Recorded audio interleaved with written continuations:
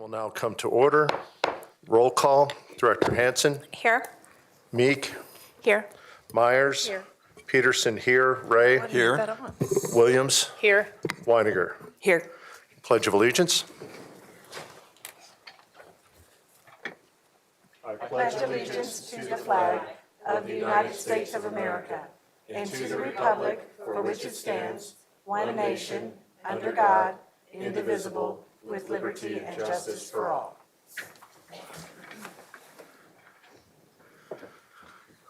Okay, thank you. Moving right into item number 4, the DCSD Spotlight. At this time, I will turn it over to Superintendent Kane to introduce our awardees. Okay, thank you and good evening, everyone.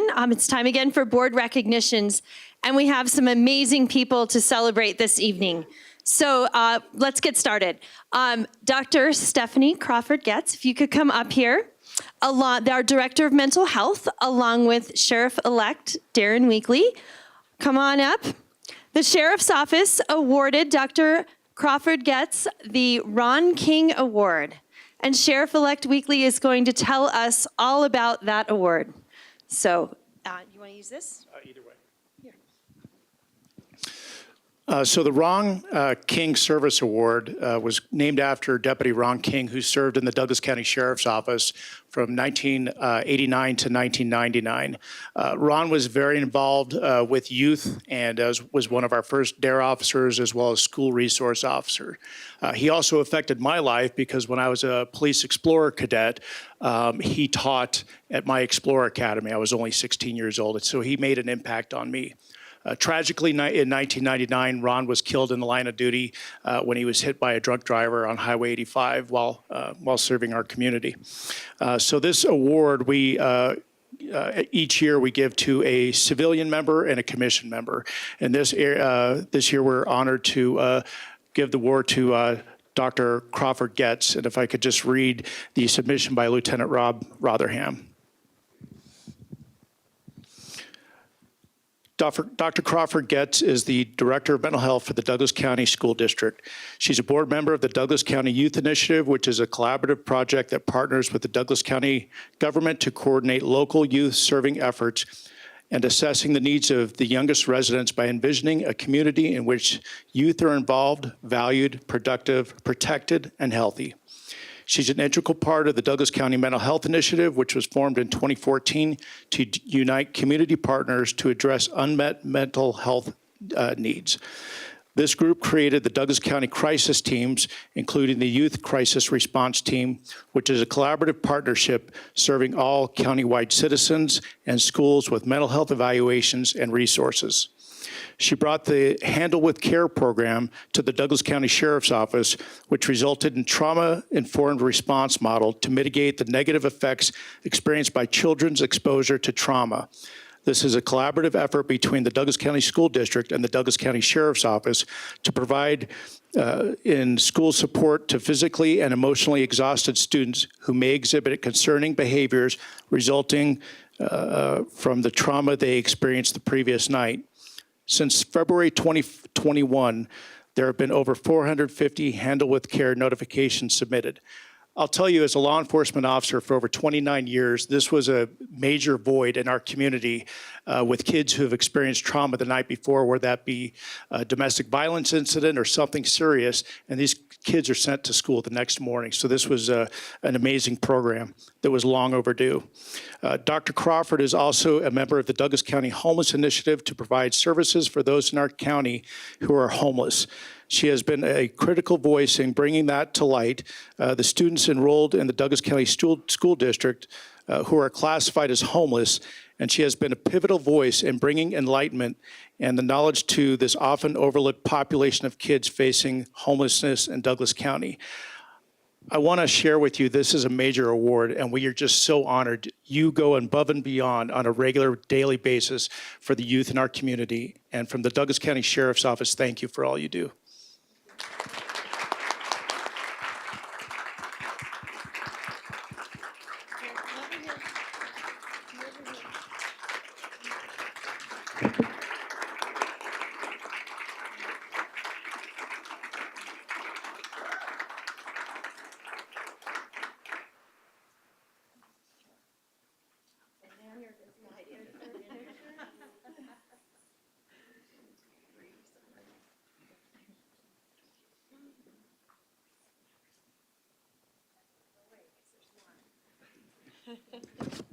But wait, there's more.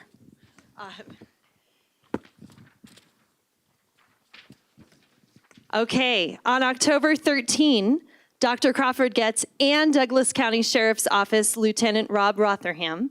Oh, Superintendent Kane, if we could, we still have a certificate from the district for the Ron King Award. I am so Thank you. sorry. Let's do that as well. My apologies, Director Myers. There we go. Yeah, okay, come on over. All right, we get a picture with that too, Director Myers. Yeah. So many awards, so little time. Thank you, Director Myers. All right, take two. On October 13th, Dr. Crawford Getz and Douglas County Sheriff's Office Lieutenant Rob Rotherham were honored at the 2022 Handle with Care Conference in West Virginia. The Douglas County Handle with Care program, as you heard from Sheriff-elect Darren Weekly, was selected in addition to the award from the Sheriff's Office. The program itself was selected for the 2022 Extra Mile Award. And both Dr. Crawford Getz and Lieutenant Rotherham have been a critical part of the success of this amazing program. And actually, I'd like to hear from you two a little bit about the impact that this program's had here in Douglas County and on you. All right, thank you, Erin. And I just want to say thank you to everyone for the support. You know, we're receiving this award, and I received the Ron King Award, but this is done with all the amazing people in our schools every day working hard for our kids and our amazing community and our law enforcement. So I'm so proud to be a part of this community and have everyone wrapping around kids the way we do to support their mental health, their well-being, and their safety. So I wanted to say thank you. Great, thank you. And as a 34-year law enforcement officer, this is an opportunity for law enforcement to do something to help out these kids. When we're on the scene of a traumatic event, oftentimes late at night and on weekends, it's a way to ensure that these kids get the support they need when they come back to the school the next day and you know, aren't given a hard time if they forget their homework. Well, we are so fortunate in this district to have the incredible partnership between the two of you, because the partnerships between our organization starts with people on the ground working together for the betterment of our kids and our community. So I can't thank you both enough. Now, I don't want to miss a director's certificate, okay?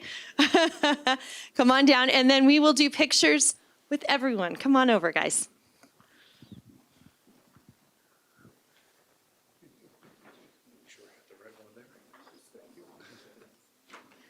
All right.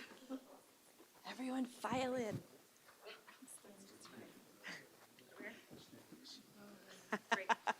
Are we skinny enough, Stacy, or do we need to?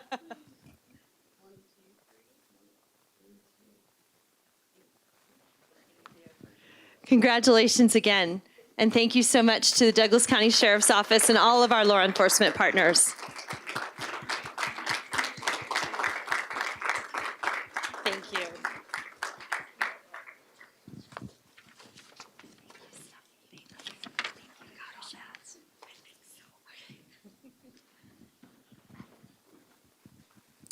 Okay.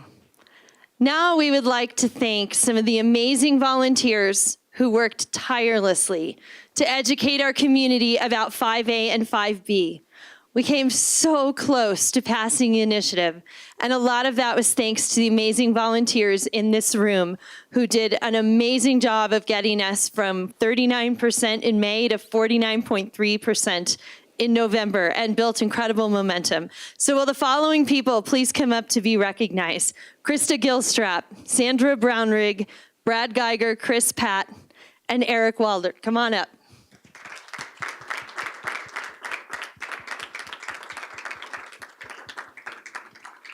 I guess I have to keep this. Thank you so much to all of you for helping to spread the word to our community, for all of the incredible work that you all did. This district owes you a debt of gratitude, and I cannot thank you enough.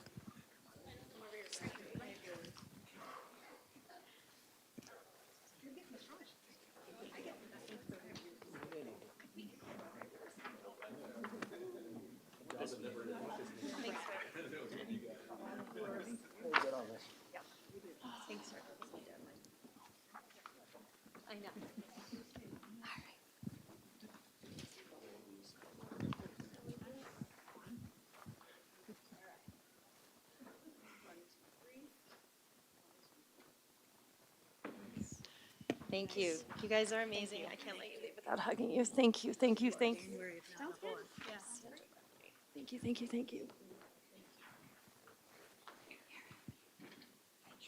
Thank you. You guys are amazing. Thank you so much. And that concludes our recognitions this evening. Thank you very much. Thank you, Superintendent Kane, and one last round of applause for all our awardees tonight.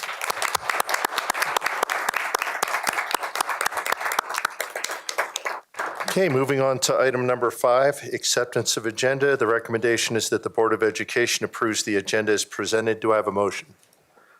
Motion to approve. Motion by Ray, Second. second by Myers. Hanson? Aye. Meek? Aye. Myers? Aye. Peterson, aye. Ray? Aye. Williams? Aye. Weiniger? Aye. Moving on to item number 6, the superintendent updates. Superintendent Kane? Okay, thank you. I have kind of a bunch of items tonight, so I'll go through them as efficiently as I can. First of all, this past week, we did Veterans Day celebrations. So I'd like to start by shouting out to all of our veterans and thanking them so much from the bottom of my heart, and I know from the bottom of all of our hearts, for your service to our country. We have many veterans on our staff. We have many veterans among our parents and in our community, and we have kids that are heading to the military. So thank you to all of our veterans, and thank you to our schools that really celebrated our veterans. The ceremonies and celebrations were really, really inspiring. Our Apple Award nominations closed last week, so thank you to everyone who nominated some of our amazing teachers for Apple Awards. We also have celebrations in athletics and activities.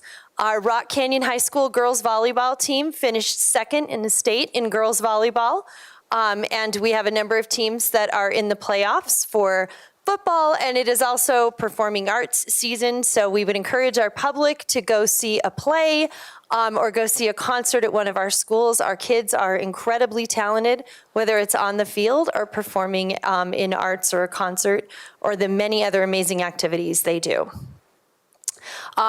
Recently, the State Board of Education passed did a couple of things. One is they passed a new rule on the READ Act. We had been concerned that iReady would be taken off as an accepted assessment. That would have been a very significant challenge for our district. We're happy to report that iReady did indeed make the list. The State Board of Education also passed new social studies standards.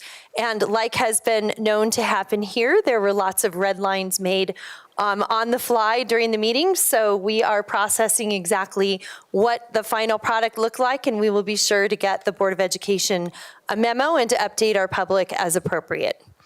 I also want to say that over the last few weeks, we have been celebrating One Book, One District, and those activities have been wrapping up. So I brought a copy of the book. It's an amazing book if you haven't seen it yet.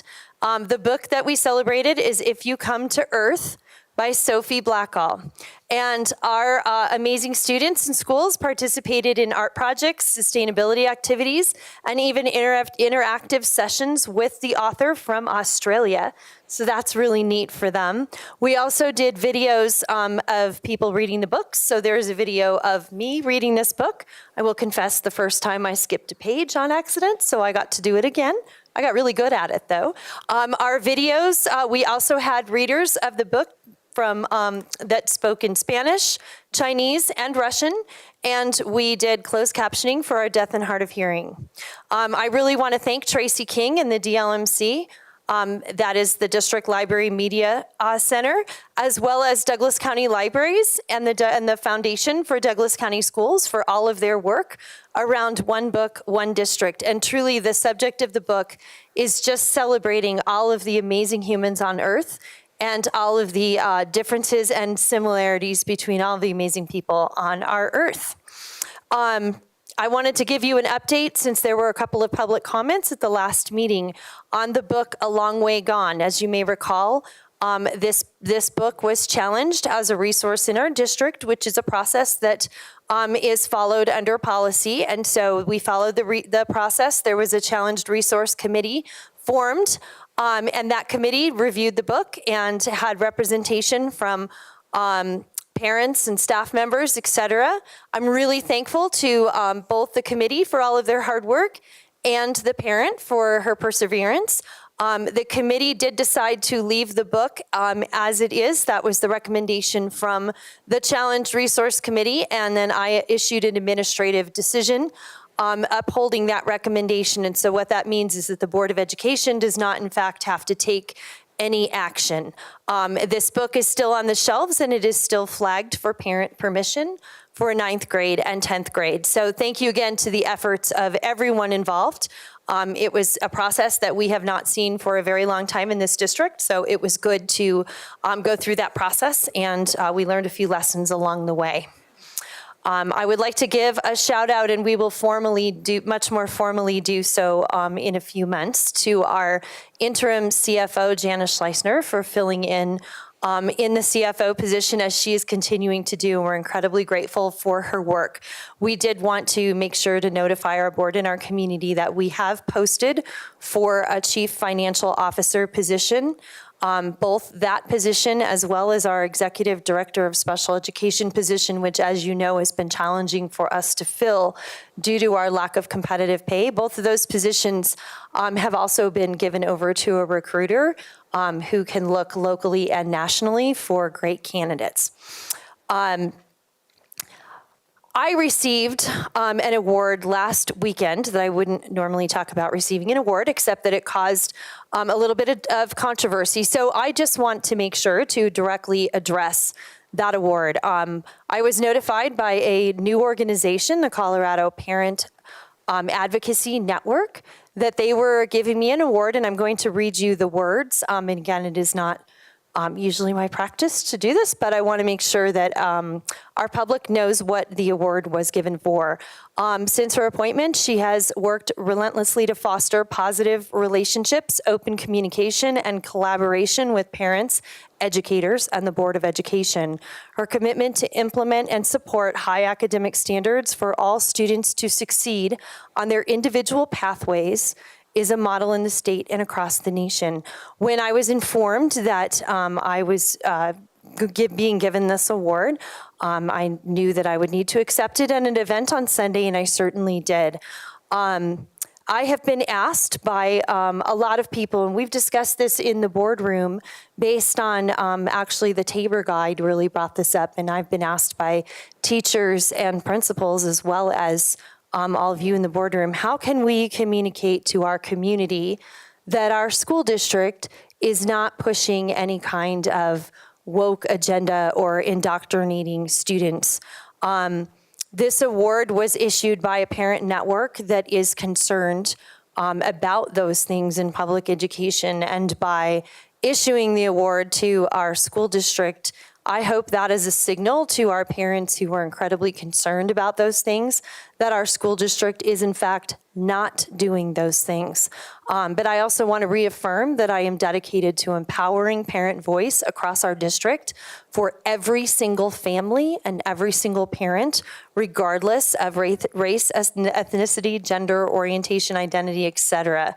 And I always want to encourage strong, positive partnerships, and this part is really important, built on the presumption of positive intent and mutual respect between all of our families and all of our educators. I think that is the best way, working together for us to ensure the brightest future possible for our kids. A couple of additional updates.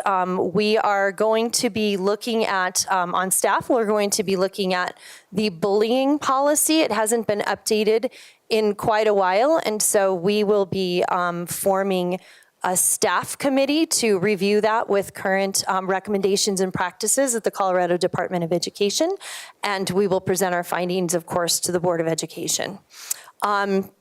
Just two more things. Proposition FF passed in the November election, as you may be aware. We are working through the implications of Proposition FF. This proposition gives free lunch to all Colorado Public School students, regardless of their free and reduced lunch status, which helps families that are on the edge, and it also helps with the stigma of receiving free lunch.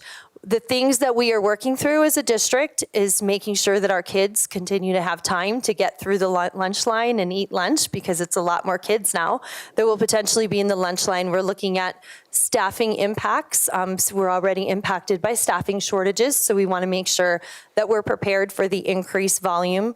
Supply chain shortages will be a challenge, so we are working through that as well. And finally, we are looking at how the state will begin to do at-risk funding if they don't intend to use that free and reduced lunch designation to determine who's at risk. So I just wanted to let you know we're working on those things. And then lastly, Thanksgiving is next week, and this seems like a great time to express my gratitude, our gratitude, towards our amazing staff in Douglas County Schools as they look at having a break for Thanksgiving. So we are really, really grateful for everything that you do for children every single day.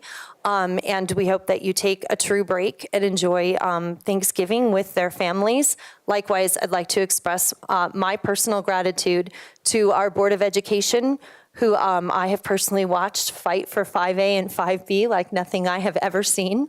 And I have a tremendous amount of gratitude, and I hope you all too get to enjoy Thanksgiving with your families. That concludes my remarks. President Peterson, thank you.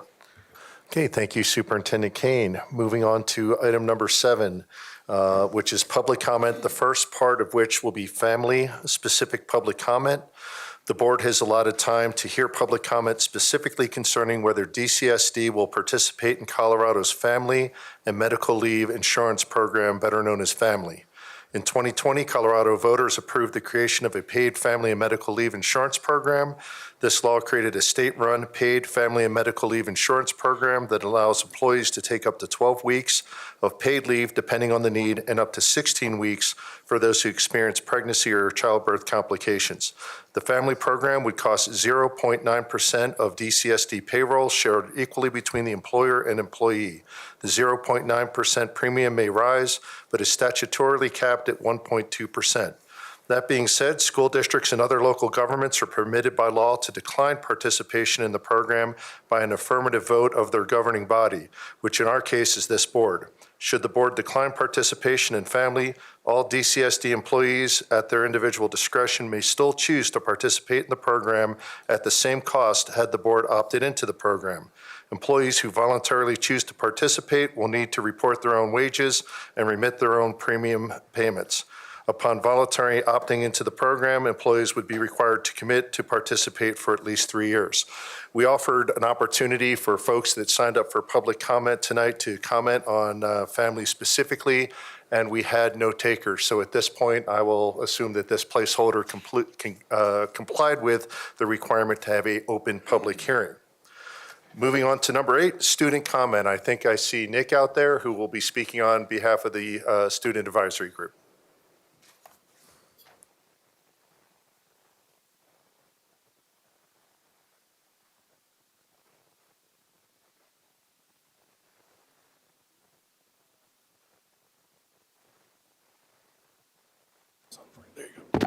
All right, thank you. My name is Nick Menzel, and I'm one of the co-presidents and part of the SAG leadership team. And so I just want to give you guys a quick update on what SAG has been working on throughout the year. We've actually been very productive this year. So I'm going to start just by listing off our subgroups and just what each subgroup has been doing. So I'll start with mental health. As you guys may know, mental health has been working on creating a class called Introduction to Mental Health and Wellness. So they're in the process of collaborating with the staff and teachers at Thunder Ridge High School to get that class into Thunder Ridge so it can be spread out throughout the district. They've been having some difficulties deferring the class from mindfulness. So they're working through those differences, and they're trying to create the class to be different from mindfulness. So we're able to get that into the system and through Thunder Ridge. So they've been working on that, and they're getting very close to gain it, but we might have to push that back to be implemented in the 2024-2025 school year. And then next is environmental sustainability. So they have 2 initiatives through through this subgroup. The first one is substituting LED lights in schools and to reduce the carbon emissions. So they're currently writing out a proposal for the implementation of LED replacements in high schools. And then their second initiative is planting trees on school grounds to reduce carbon emissions as well. So that right now they are emailing public park services to find open land to plant on, and also emailing different partners to grant efforts for the trees that need to offset the CO2 emissions. And then next is our technology subgroup. Our technology subgroup is working on implementing Helper Helper throughout the district. So some schools use the online form of Helper Helper to track students' volunteer hours, and other schools are using the paper versions, which is less efficient than Helper Helper. So they're trying to spread the word about Helper Helper and get that implemented throughout the district instead of certain schools. And then our next is diversity and equity. They are working on creating a presentation on the to introduce the acceptance of LGBTQ. So this would be like, if you guys know about the sexual assault resource team, that program, this will be similar to that, but in regards to diversity and equity and LGBTQ. So this would maybe even be a short video series. So they're focusing on encouragement, exposure, and empowerment of people of diversity and equity. And our next is the policy appeals. So we have 3 different groups for the policy appeals. Our first one is focused on the dress code policy.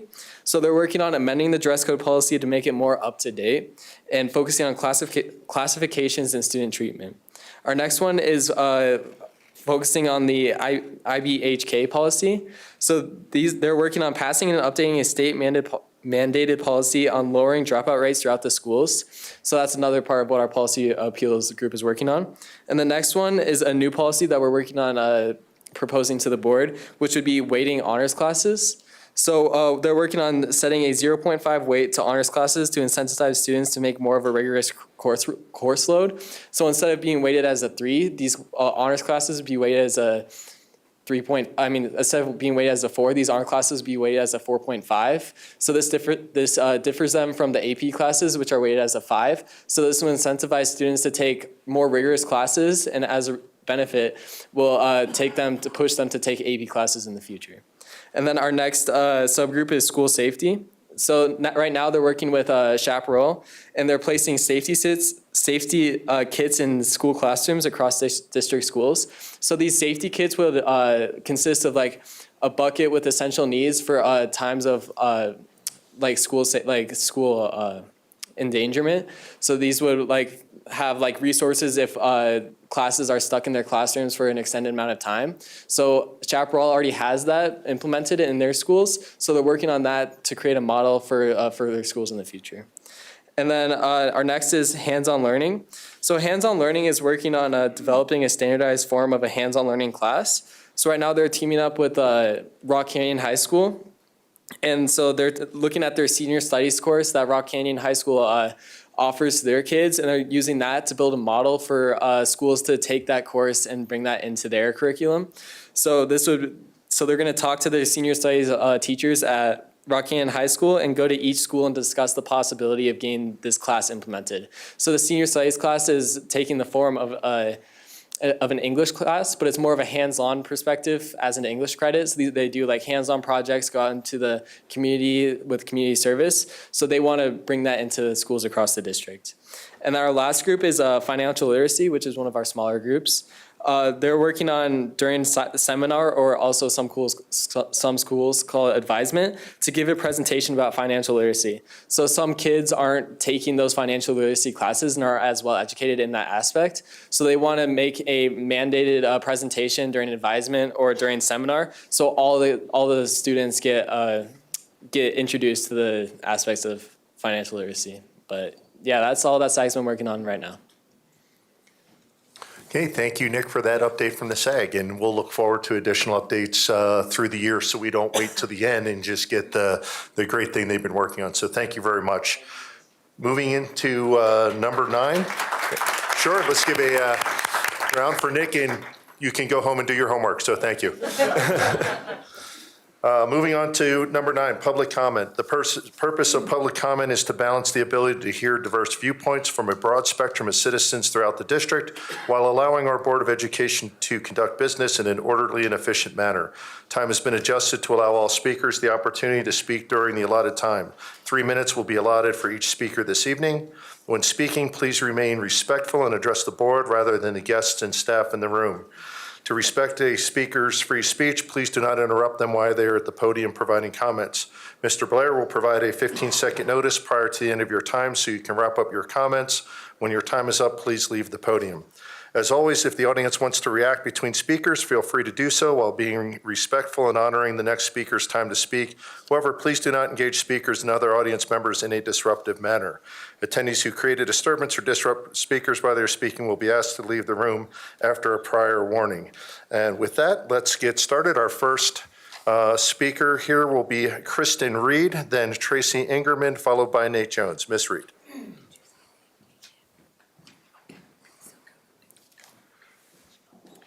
President Peterson and board members, thank you for the opportunity to speak tonight. My name is Kristen Reed. I'm the Assistant Town Manager for the Town of Castle Rock, and I'm here tonight on behalf of Mayor Jason Gray. We unfortunately couldn't have anybody from our town council here this evening as they're having their own meeting at this time, but we wanted to come and share that the council had passed a resolution supporting 5A and 5B, and to thank the school district for being such great partners to us as the town, as well as the other municipalities in the county, and to please let us know how we continue to support you as you all move forward. Thank you. Thank you, Ms. Reed. Next will be Mayor Ingerman, followed by Nate Jones, and then Sherilyn West. Mayor Ingerman. Good evening, board. I just am here this evening. I'm Mayor Tracy Ingerman from the city of Castle Pines, and I'm here just to express my gratitude and support of you as a board and for the district staff and district teachers. I know that last week may not have resulted in the outcome that you were looking for, but don't lose heart. What you do and what your teachers and staff do is very important. You make a huge impact on our community and our kids. I'm a mom of 4. I have 2 that are still in the district and 2 that just graduated last year. And I know firsthand the great things that your teachers and staff have done. They've created empowered, strong, adaptable students and human beings that are moving on into the community. And I thank you for that. So one thing that I always tell my kids, and I'm sure that teachers tell their students the same thing, is that if you first don't succeed on the first try again. So I encourage you to try again. So thank you this evening. Thank you, Mayor. Next will be Nate Jones, Mayor Sherilyn West, followed by Mark Dickerson. Mr. Jones. Good evening, directors, Superintendent Kane, other friendly faces, familiar faces. My name is Nate Jones. I'm the Communications Director for the City of Lone Tree. I'm here representing Lone Tree City Council this evening. Mayor Millay wanted to be here. Unfortunately, she is also running a public meeting at this time, but I did bring a statement from her this evening. Dear Douglas County School District Board of Education and Superintendent Kane, I wanted to take a moment to relay our gratitude to you and your team for being such incredible advocates for our students and our teachers. While the results of this recent election are certainly not what we had hoped for, there is no question of just how diligently you worked on behalf of our community to educate voters on the financial challenges facing Douglas County schools. We tuned into the virtual town halls, we saw the tremendous outreach to residents, and we followed your efforts going door to door to turn skeptics into believers. We recognize it is both disappointing and frustrating to work that hard and still come up short. However, watching DCSD come together to support schools, students, and educators was inspirational. As Superintendent Kane recently commented, the progress made from that initial May polling to the votes tallied on November 8th paints an optimistic picture. Our message to you is very simple. Keep going. It will take more grit and determination, but the City of Lone Tree will continue to be a reliable partner to you in these efforts. I'll echo a sentiment Lone Tree City Council shared the evening we passed a resolution supporting 5A and 5B. Our children are our greatest asset and our future leaders. We owe it to them to ensure they have every opportunity to reach their maximum potential. As the community is learning, that will require well-paid teachers and staff that can afford to live in the communities in which they teach, and an additional investment in our school infrastructure. Lastly, please express our deep gratitude to the teachers and staff who continue to make the Douglas County School District a special place for the 64,000 students they serve. They are highly appreciated and valued, and their hard work does not go unnoticed by us. Sincerely, Jackie Millay, Mayor, City of Lone Tree. Those are her comments. On a personal note, I was also at the Veterans Day ceremony at Cimarron. I would like to give a shout out to Chris Zimmerman and his staff. It was fantastic. And personally, I have several kids in the school district. I spent 6 years here. Thank you for your continued support of staff and students. We really appreciate it. Thank you. Thank you, Mr. Jones, and thank you to Mayor Millay. Sherilyn West, Mayor West, Mark Dickerson, and then Jeff Toberg. Mayor West. Thank you. I'm Mayor West of Town of Larkspur, and I want to kind of echo what the other towns have said. We were all in very high support of 5A and 5B. We passed a resolution regards to that, and we're very disappointed that it was not successful, but you came so close. So we just want you all to know that we are still here, going to support you the whole way through. Let us know what we can do. I personally have lived in Douglas County for 30 years, seen a lot of kids go through the school district, and really believe that even though maybe our teachers aren't some of the higher paid, they're some of the best teachers in the state. So we have great teachers. We need to support them. So you guys did a great job going out and rallying the troops. We just need to continue with it and just keep on keeping on. So thank you very much for all your work, and let us know how we can support you in the future. Thank you, Mayor West. Mr. Dickerson from HRMD, followed by Mayor Toberg, followed by Mr. Abe Layden. Mr. Dickerson. Thank you, President Peterson, Superintendent Kane, board members, thank you for this opportunity to speak to you. On behalf of the Metro District Board of Directors, I can tell you we are 100% behind this school board and behind our teachers and our staff members. This was a difficult, disappointing, I'd say is probably the best word, outcome on the two issues. But we do believe in the old adage of keep trying, because you do not cut down the tree, as I was told when I was in the Boy Scouts, with the first or the second or even the third whack with the axe. You have to just keep chipping away at it until it falls. And that's the way that this type of a process goes on. I will tell you on a personal level how important Douglas schools are to me. And I think this needs to be said, how important your teachers are to me personally. We moved here 20 years ago. I had a 10-year-old daughter. She was in crisis and I did not know it. She'd been badly bullied in the schools where we came from. And it was a Douglas County teacher that recognized her problems and came to me and said, we need to help her. I was very ill. My wife was working long hours. We just didn't even see it. But she saw it. She saved my daughter's life. My daughter is just the most precious thing to me. And because this school district got involved and said that this student was important, I have a daughter that I have a wonderful relationship with today. And it's all thanks to you, thanks to the staff, thanks to all the teachers who have been very supportive. This is important, and I believe that our teachers need to be supported, and our staff members need to be supported, because you people matter to me. Thank you. Good night. Thank you, Mr. Dickerson. Mayor Jeff Toberg, followed by Abe Layden, then Christy Gilstrap.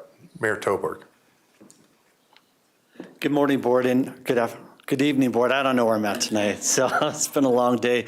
But board, before I get started on my comments, I just want to thank each and every one of you seven for what you do every day. The slings and arrows, you know, it's when I sit up where President Peterson sits, it's much easier than sitting out here today. But I just want to say thank you from the bottom of my heart for all you do for our kids, for our teachers, for your staff, and for everybody in Douglas County.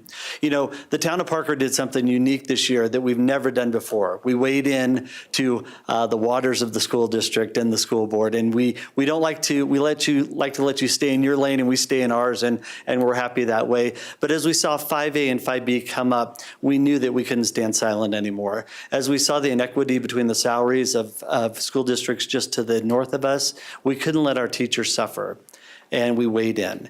And we couldn't let these schools crumble and continue to deteriorate with infrastructure. So we had to weigh in.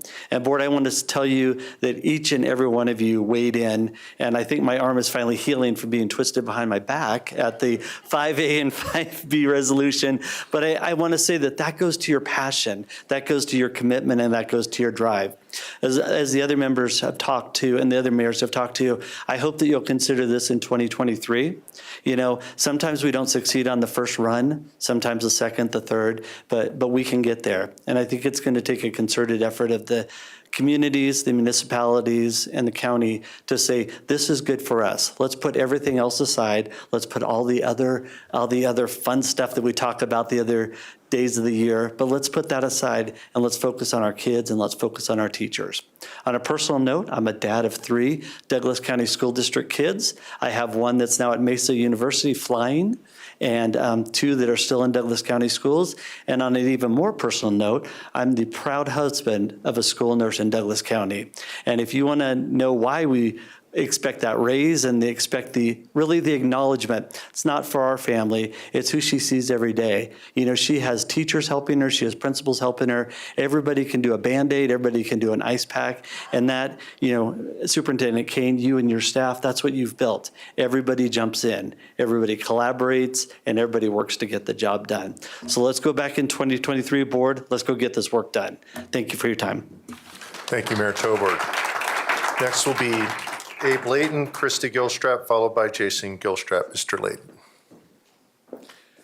Well, good evening, everyone. Thank you so much for having me tonight. My name is Abe Layton. I'm chairman of the Board of County Commissioners, but I'm really just coming here as an individual to say thank you, thank you, thank you to each and every one of you. Your commitment to the kids in this community is tremendous, and I hope you feel the love. It warms my heart. I mean, you hear this in travels as a commissioner, that other places don't have the mayors and the leadership of an entire community coming together.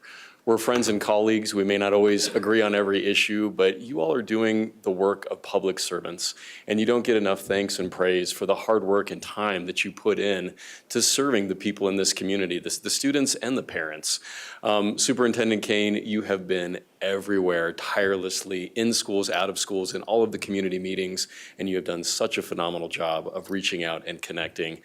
Mike, I mean, really everybody has gone out and poured their heart into this measure. You didn't know it was a twofer, okay? We started out with this year and maybe a little bit more to come this next year, but listen, we know there's so many partnerships between the county and the school board, whether it's school security, whether it's parks and open space, whether it's that workforce pipeline. My wife is a CNA through benefiting from the STERM Collaboration Campus right here in town, and that's an investment that you all make in higher education.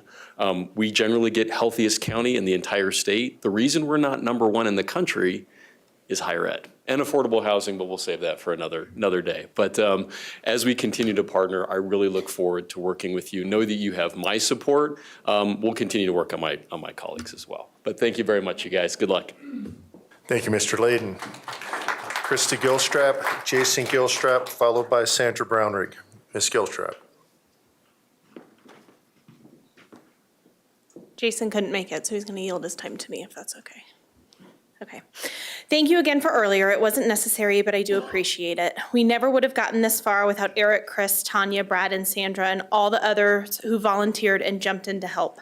I wish I could publicly thank every single one of them. This journey started for me on a Sunday in February, when the district I loved seemed to be ripping itself apart.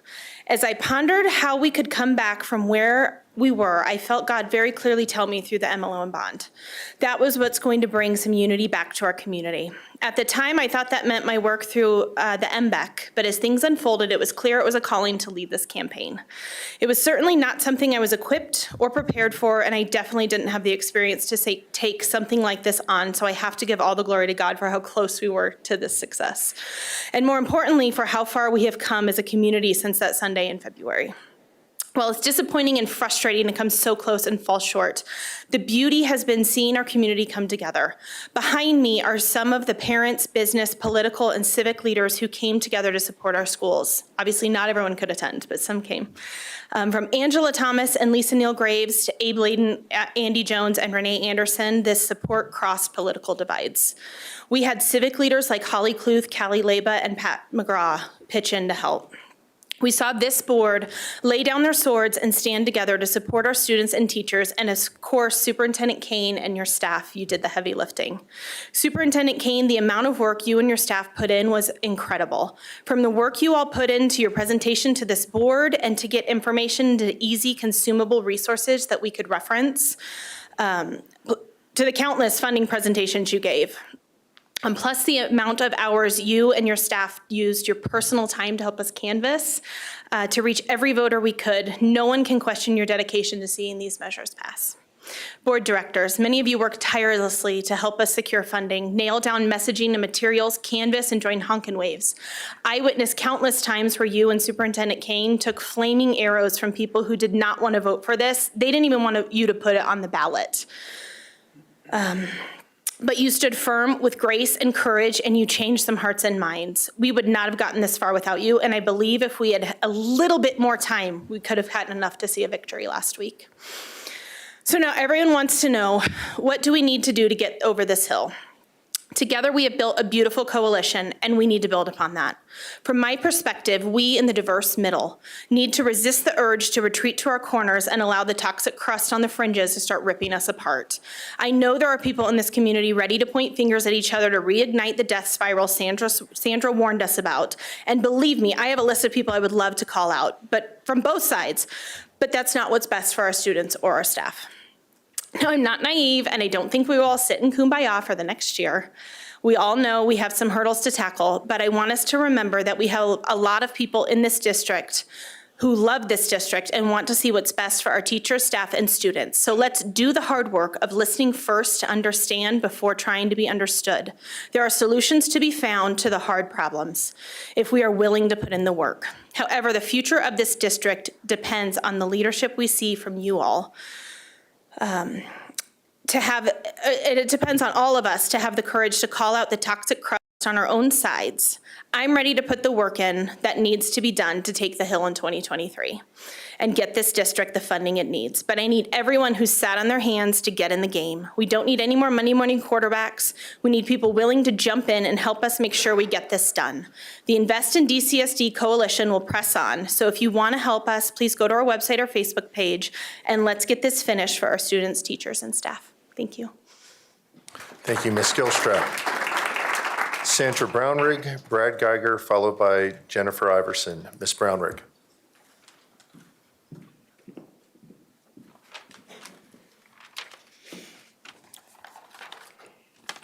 In February, I stood before you and called out a death spiral, and that was an intemperate phrase, but those were chaotic times. 15 years of political pendulum swings had destabilized the district and demoralized employees. If we didn't reverse the ship, we'd never pass funding, turnover was going to increase, and the district would inevitably decline. And someone had to say it, and I did. Fast forward to last week. 8 months later, our local school funding ballot initiatives fell slightly short. The vote on the MLO alone was 49.28 to 50.72%. To those who said there was no chance funding for our schools can pass, you now know, and we now know, you were wrong. Funding will pass. It's only a question of when. You and we flipped that death spiral, laying the foundation for nature's strongest shape, which is a triangle. And Krista Gilstrap built a sustainable community bridge with the Invest in DCSD campaign. A project triangle is made up of quality, time, and resources. With very little time and very few resources, she delivered the highest quality campaign I've ever seen. So thank you, Krista. The messaging was spot on. The more people we spoke to, the more who supported funding. We simply ran out of time and we lacked the financial resources to make up for the short runway. So that turnaround shows the actual strength and depth of the triangle of support for the district. That triangle is composed of representative, strong, and principled leadership at the board level. It's also composed of strong and principled leadership at the district level. And it's also composed of strong, principled, drama-free support at the community level. So, what's next? We're going to pass funding in 2023. One reason we're going to do that is because 2024 is going to be toxic. I've reached out to a group called Braver Angels to learn about how people on the left and the right can have conversations about scratchy subjects. I highly recommend everybody check them out also. And most of all, we're not going to let the tension of opposing political beliefs distract us again. Funding and support for schools and students is a fundamental value for everybody. We just need to extend the word about these specific initiatives and we will pass. So, teachers, know we support you, bus drivers, social workers, nutrition workers. 15 seconds remaining. The office staff at every school, because we honor the principals, but the office staff runs the schools. We support you, and we in the community are going to stand between you and the drama so we can pass funding in 2023. Thank you. Thank you, Ms. Brownard. Brad Geiger, Jennifer Iverson, followed by Amy Winju. Mr. Geiger.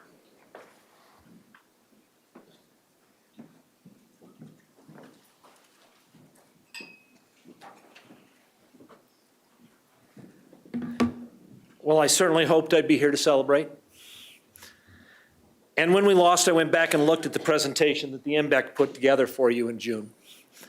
And we were wrong about some things. We told you we thought we'd need 107,000 votes. Turns out we only needed 93, and we got so close. Somewhere out there, there are 1,500 voters, and if we could change their minds, we'd be celebrating today. We'll change that. But we were right about a lot of things. We were right about the need. We were right about the fact that the failure to pass further resources will impact our students, will impact our people, will impact our teachers. On that, I have no doubt. We were also right that if we put the message out there that education and information would move the needle, that if we put people out there to explain what happened, that the voters of this community would accept it and understand it, that the officials of this community would accept it and understand it and promote it. And you're right, we ran out of time, but we did not run out of being correct. That is a tribute to Krista Gilstrap and to Aaron Kane and to Sandra Brownrigg. And most importantly, it's a tribute to the 7 of you. One of the things we were right about when we came in front of you as an MBAC was that the stories that led the newspapers and made the news about the dysfunction of this board were overstated and incorrect. That every person that sits on that podium cares about the children of this district. And that when we came to you with a need, that you would work as hard as you possibly could to solve it. And you did. The only newspaper stories I saw last week were telling our story. And we will continue to tell that story. We're a long way from done with this. Over the next year, you will have disagreements, important ones. As Sandra says, you're a representative board and not everybody agrees, but you will do it respectfully. You will do it intelligently. You will do it based on facts and not on the loud parties who seek to divide you. I urge you to listen to the public, but when you do that, I urge you to do it carefully because the loudest voices are rarely the majority. When people come to you and complain, ask them to explain. When they come to you with grievances, ask them for solutions. And when you run into people who you believe really care about the district, adopt them, even if you don't agree with them on every issue, because those people are out there. This county cares. We put out a message into a difficult environment. We told you that in June, it got worse, but we moved the needle. and we got so close. 15 seconds remaining. And every one of you deserves all the credit for getting us there. These people would not be here if you had not done the work. And we urge you to continue doing that, and I'm going to be here. And next year when we have an election and it gets conflictual, remember, you can disagree without being divisive. Thank you.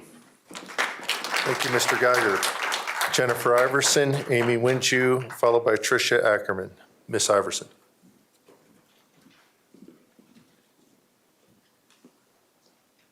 Good evening. I was saddened by the lack of votes. We were so close to approving 5A and 5B. I had hopes that our wider Dougco community would support children in their county and public schools being so essential to our nation. On Sunday, I attended the launch of a new advocacy group called CPAN,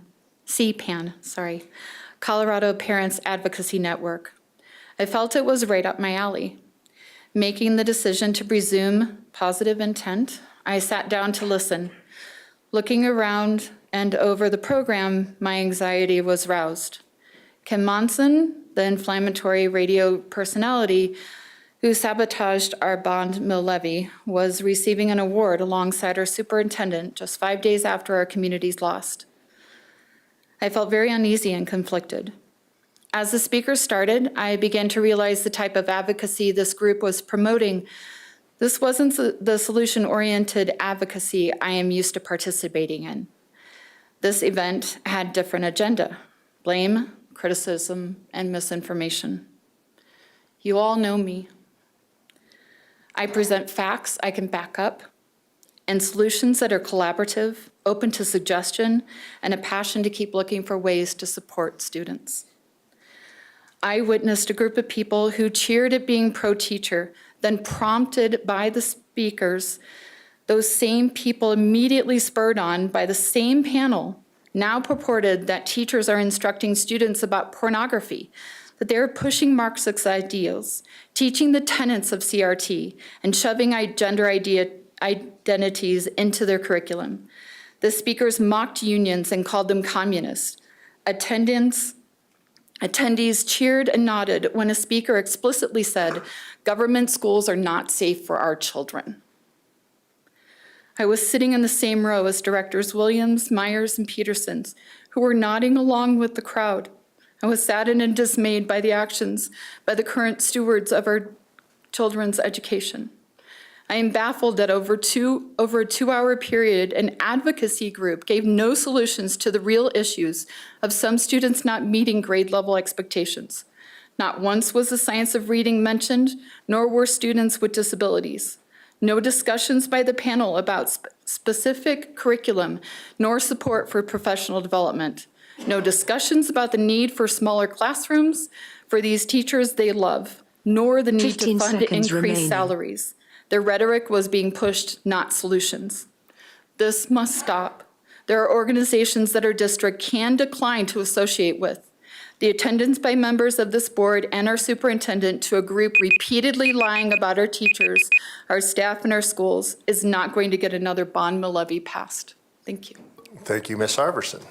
Amy Winju, Tricia Ackerman, followed by Jenny Brady. Ms. Winju.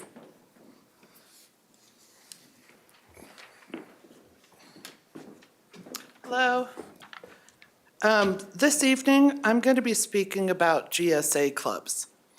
GSA stands for Gender Sexuality Alliance. Prior to 2017, GSA stood for Gay Straight Alliance. What I'm about to speak on is not if GSA clubs should exist or if LGBTQ students should or shouldn't have a safe space. They absolutely should.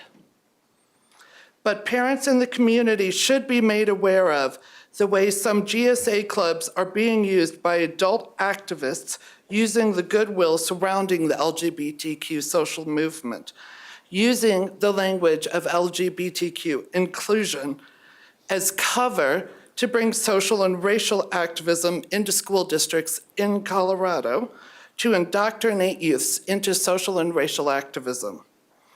The national network organization behind GSA clubs is the GSA Network, which operates with a multi-million-dollar budget. It isn't subtle about its political motives or its racial activism. In Colorado, the Gender and Sexuality Alliance Network, which oversees GSA clubs, calls for the abolition of police, the abolition of borders and ICE, the payment of reparations to minorities, the end of global white supremacy, and the overthrow of cisgender, heterosexual patriarchy. It also states that white European men created an oppressive system based on capitalism, white supremacy, and heteronormativity. That is the promotion of heterosexuality, the male and female binary. GSA principles include gender activism work, which includes educating youths about LGBTQ youth resources, such as puberty blockers and hormone therapy in Colorado, without parents' knowledge. There are about 20 high schools and middle schools in the Douglas County School District that have GSA clubs. Simply put, kids as young as 11 can and probably may be able to learn about this stuff. With that, I recommend the school board adopt policies that parents must be notified about their children's participation in curricular and extracurricular activities involving sex, gender, and sexuality, with the default being that parents are required to opt in explicitly to any such programs. Thank you. Thank you, Ms. Winju. Tricia Ackerman, Jenny Brady, followed by Matthew Smith. Ms. Ackerman. Okay, I do not believe she's here, so we will move to Jenny Brady, Matthew Smith, and then we will move online with Matt Cassidy. Ms. Brady. She sent me her comments. Can I read them? Did Ms. Brady sent you her comments? You can read on behalf of Jen Brady, yes. Perfect. Now let's roll straight. Good evening, everyone. I'm going to start out first by reading the comments from Jenny Brady. She has a few points she wants to get across. First, my first concern surrounds SEL, CRT, gender, or Marxist ideology in the classrooms.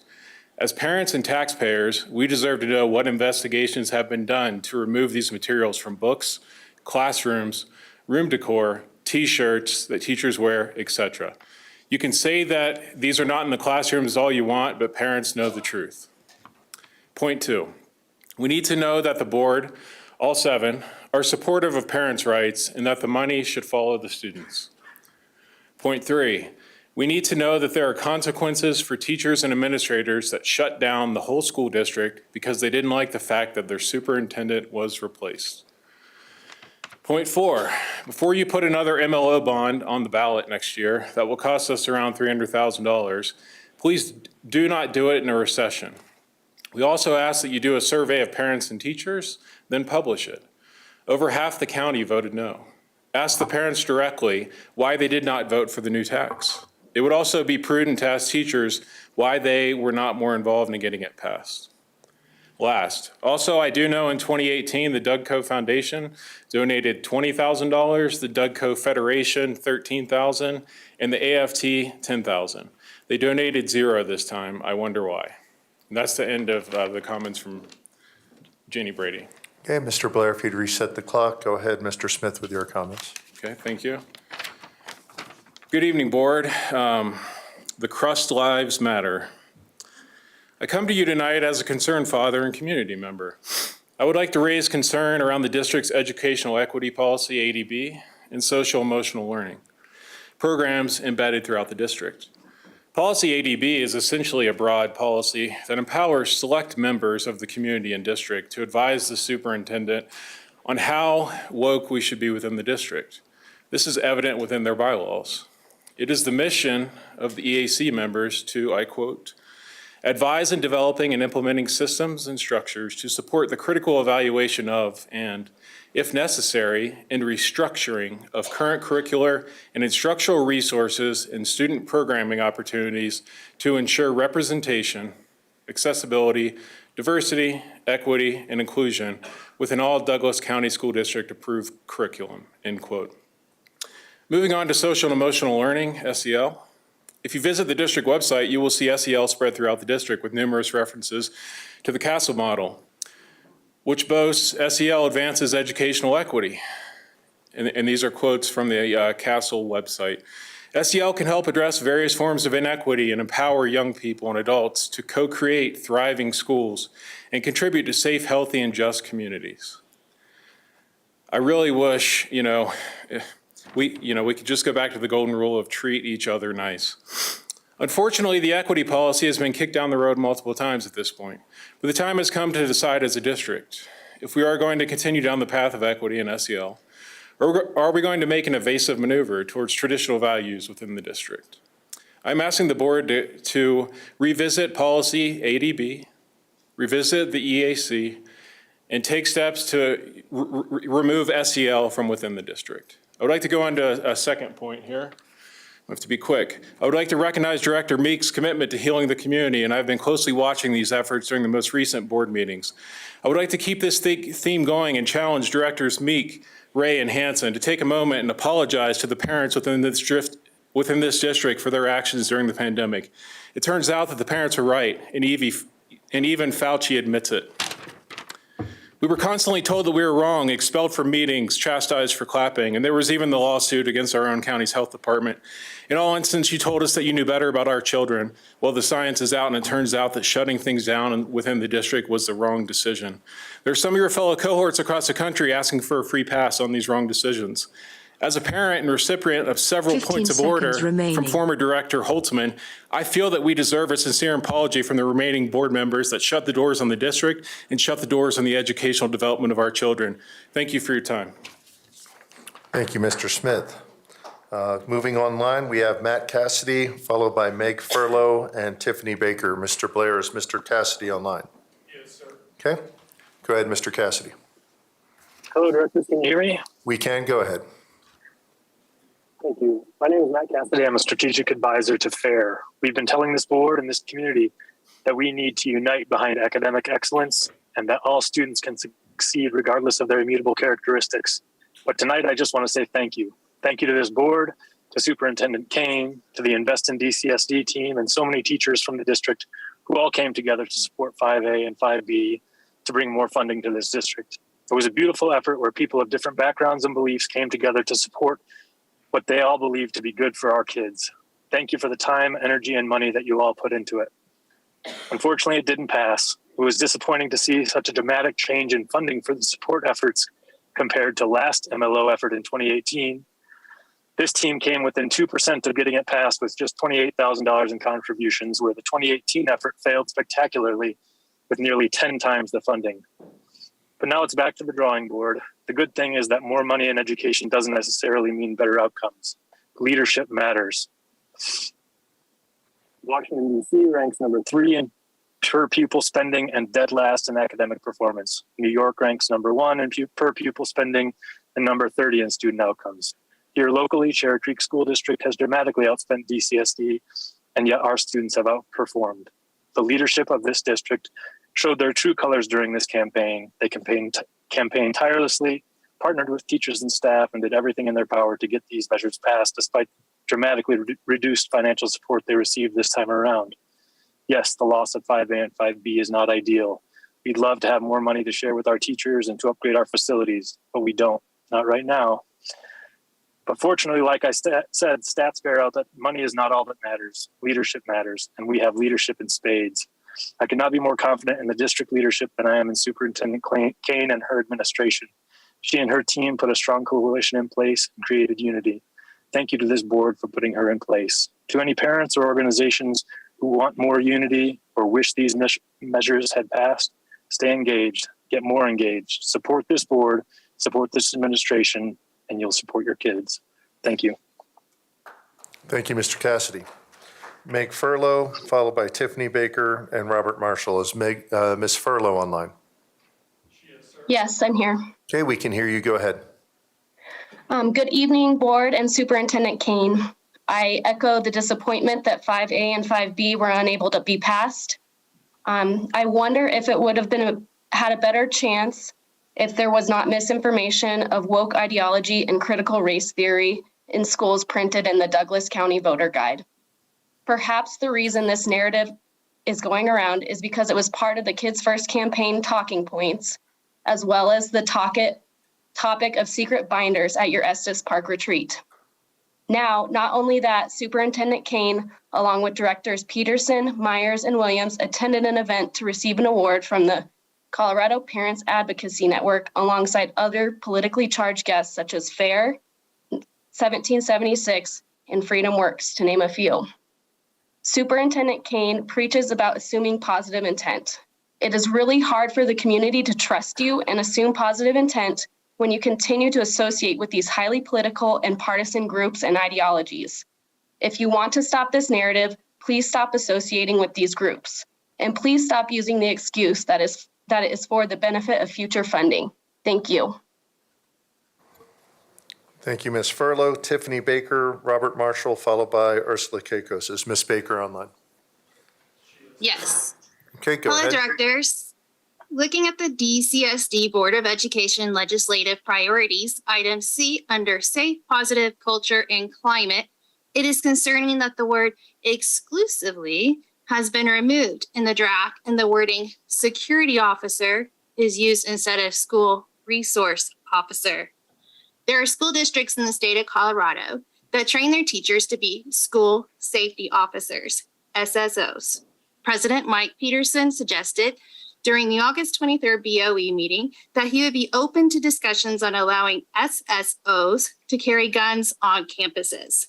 During the November 1st BOE meeting, President Peterson suggested, in addition to the legislative priorities, anything that can legislatively promote, fund, or increase training, information sharing, readiness. I think it is important to read the article, Thompson School Board passes Armed Staff Resolution, all district employees potentially eligible. This article is from page 2 and suggests a workaround on how teachers in Colorado can become volunteer school safety officers.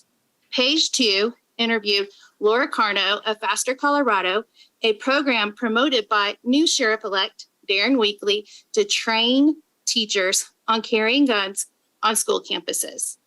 It is important for our community to know if our school board directors are wanting the state legislature to help fund training of school staff to carry guns on campuses and exactly which staff members directors would like this to include.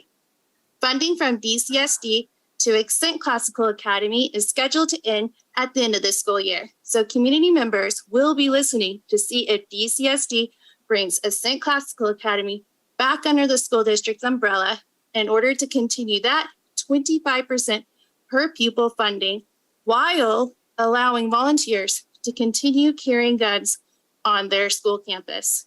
Thank you for your time. Thank you, Ms. Baker. Robert Marshall, Ursula Keikos, and the last commenter for the evening will be Lorian Bowl. Is Mr. Marshall online?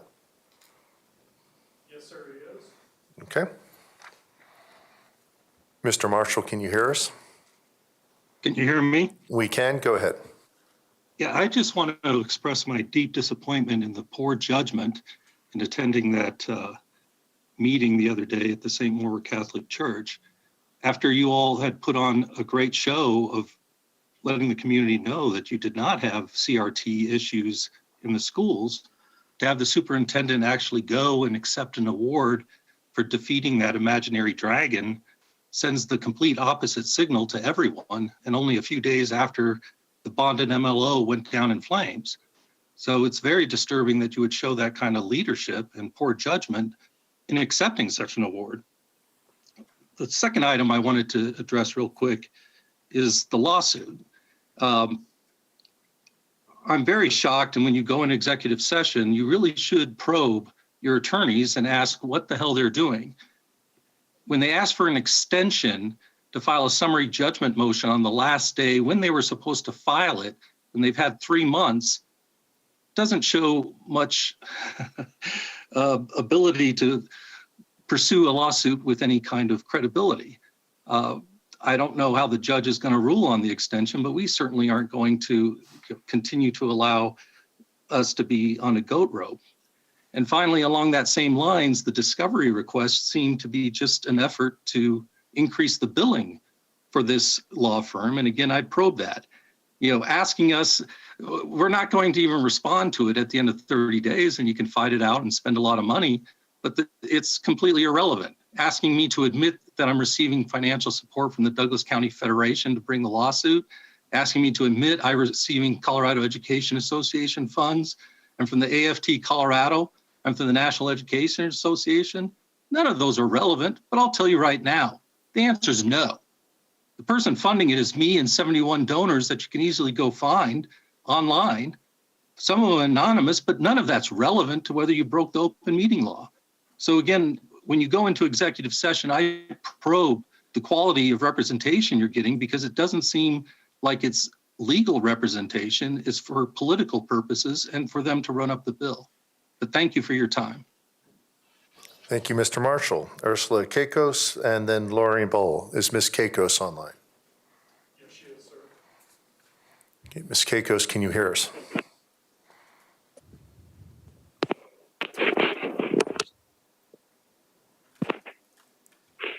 Good evening. When we can hear you, go ahead.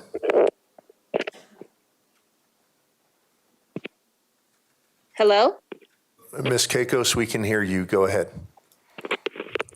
Can you hear me? Yes, we can hear you. Go ahead. Hello? Mr. Blair, if you would communicate with Ms. Keikos, we'll skip to Lori Bowl and come back to Ms. Keikos. We can hear you, Ms. Keikos. Oh, wonderful. Okay. I wanted to also just reiterate that I'm very sad that we didn't get the funding. And thank you to our leaders for really pushing for that funding. I think we can get it the next time if we all pull together. One of the things I wanted to speak about tonight is the new social studies standards that Colorado has passed. And I do know that Colorado does not set curriculum or choose textbooks, that it is up to the district. So I'm wondering what this means for DCSD. I think that these standards, if implemented, could divide students by race, ethnicity, and introduce ideas about sex and gender at much too young of an age, potentially in violation of parents' values. I fully support our schools having courses available for children who want these courses. Children and families able to choose to align with these new ideals and perspectives or not. I understand that there are children who would like to hear about similar people with their own backgrounds and have classes that are geared towards this, but there are also children that don't want to hear about this. So I think that there should be a choice if we're going to add these things to classrooms, because there are definitely people that don't want to learn about this stuff. Because history is made up of facts, not opinions. There are different perspectives, but there are not different versions of history. History is based on facts and time. Offering great perspectives is wonderful, but in history, things either happened or they didn't. Revision of history is not history at all. And I don't want my children taught things that didn't happen. I appreciate perspectives, but I would appreciate for my children to learn what actually happened in history.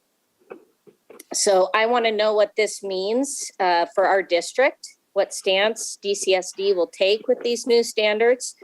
And thank you again for all of your hard work. You're much appreciated. Have a wonderful evening. Thank you, Ms. Keikos. Final speaker for this evening will be Lori Bowl. Is Ms. Bowl online? Ms. Bowl, can you hear us?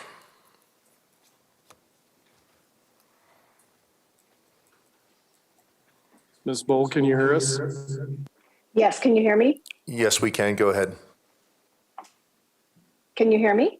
Yes, we can. Go ahead. Thank you.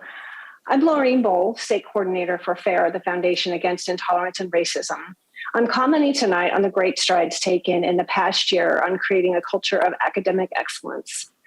During the October 11th board meeting, Director Meek took issue with a voter guide that suggested woke curriculum is in DCSD and admonished the majority board members to rebuke this sentiment. It was an awkward exchange and it was unnecessary. The Culture of Individual Excellence and Inclusion resolution, which was put forth in January, is meant to prevent this illiberal and divisive ideology from finding its way into our schools. Because at the time, it was at our doorstep. It was not an imaginary dragon, Bob. One of the primary tenets of critical race theory, or CRT, is prioritizing group identity over the individual, which was a focus of the Gemini Group professional development session last year, suggesting that groups of individuals who have similar immutable characteristics, such as skin color or ethnicity, tend to think and act alike is insulting and derogatory. The resolution counters this regressive position by stating the following. Our mission requires freedom from any policy or practice that wrongfully imposes stereotypical beliefs, actions, and experiences of an identity group upon an individual student, and we should promote our common humanity to include achieving unique potential without forced equality of outcomes. CRT also promotes social activism, which is a focus of the No Place for Hate program. Social justice is concerned with how power and domination operate and suggests that individuals are victims of structural discrimination and therefore have no agency or dignity. The resolution counters this illiberal position by reminding us of the following. The United States was founded upon the values of equality of opportunity, where all individuals are created as equals and endowed with inalienable natural rights, as proclaimed in the Declaration of Independence and enshrined in the United States Constitution. Another example of this illiberal ideology being at our doorstep was the privilege walks that took place 1 year ago. This activity inculcates the idea that certain immutable characteristics, such as skin color or sexuality, determines a person's status, whether privileged or victim, and is supposed to highlight how people benefit from or are marginalized by systems in our society. Instead, it produces feelings of shame and guilt, qualities that don't lend particularly well to a safe learning environment. Our parent community confirms that the distractions of social justice activism and group identity politics have lessened in DCSD, thanks in large part to the change in leadership. And we're much closer to attaining a common culture based on fairness, understanding, and humanity than we were 1 year ago. Thank you. Thank you, Ms. Bowl. That ends public comment. And at this point, we will take a 15-minute recess and reconvene at 6:35.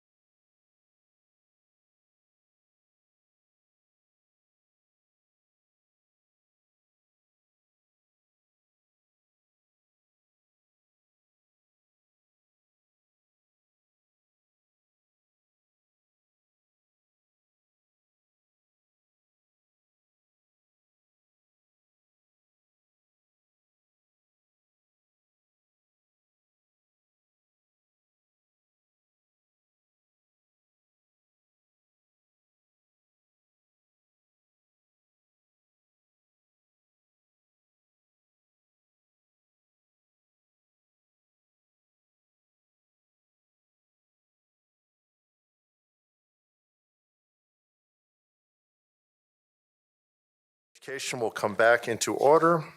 And we are now on item number 10 in consent agenda. Item number 10 is adoption of consent agenda staff recommendations detailed in agenda items number 11 through 21. Do I have any motions concerning consent agenda? Motion to approve items 11 through 21. I have a motion by Ray, Second. second by Hanson. Take the roll. Hanson. Aye. Meek. Aye. Myers. Aye. Peterson, aye. Ray. Aye. Williams. Aye. Weiniger. Aye. Passed 7-0.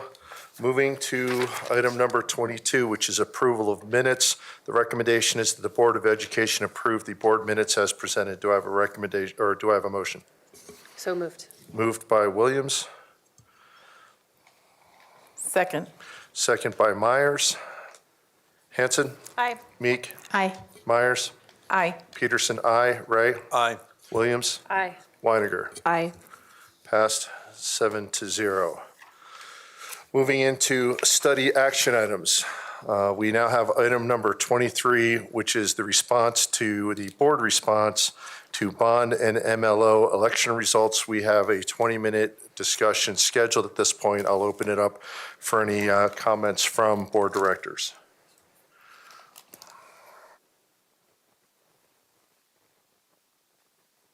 Director Hanson. I'm sure we can get into the specifics, but I think it was pretty incredible that we had so many leaders from so many different parts of our community this evening. And I personally just think saying thank you for their support and for taking the time to show up tonight is warranted as a part of this discussion. Yeah, absolutely. I really do appreciate the all of our community, town, and metro district members coming out, or their representatives, not just for support of this board, but more importantly, to indicate their continued support for these measures, which are for our staff and ultimately for our students in our community. So to have the result that we had, to get so close, again, 49.3 to 50.0 or 50.7 on the MLO measure, bond just slightly behind, and to know that our community continues to stand behind these measures in this district was very reassuring, I think, for the 7 of us. But it's not about us. It's really about our staff and our students. And I'd like to thank those that are still listening out there. Thank you for coming out and showing your support. Other director comments? Director Weiniger. Yeah, definitely thank you to everyone who supported it. I'm sad it didn't pass as well. I'm happy that it did get a little closer than what the poll showed earlier.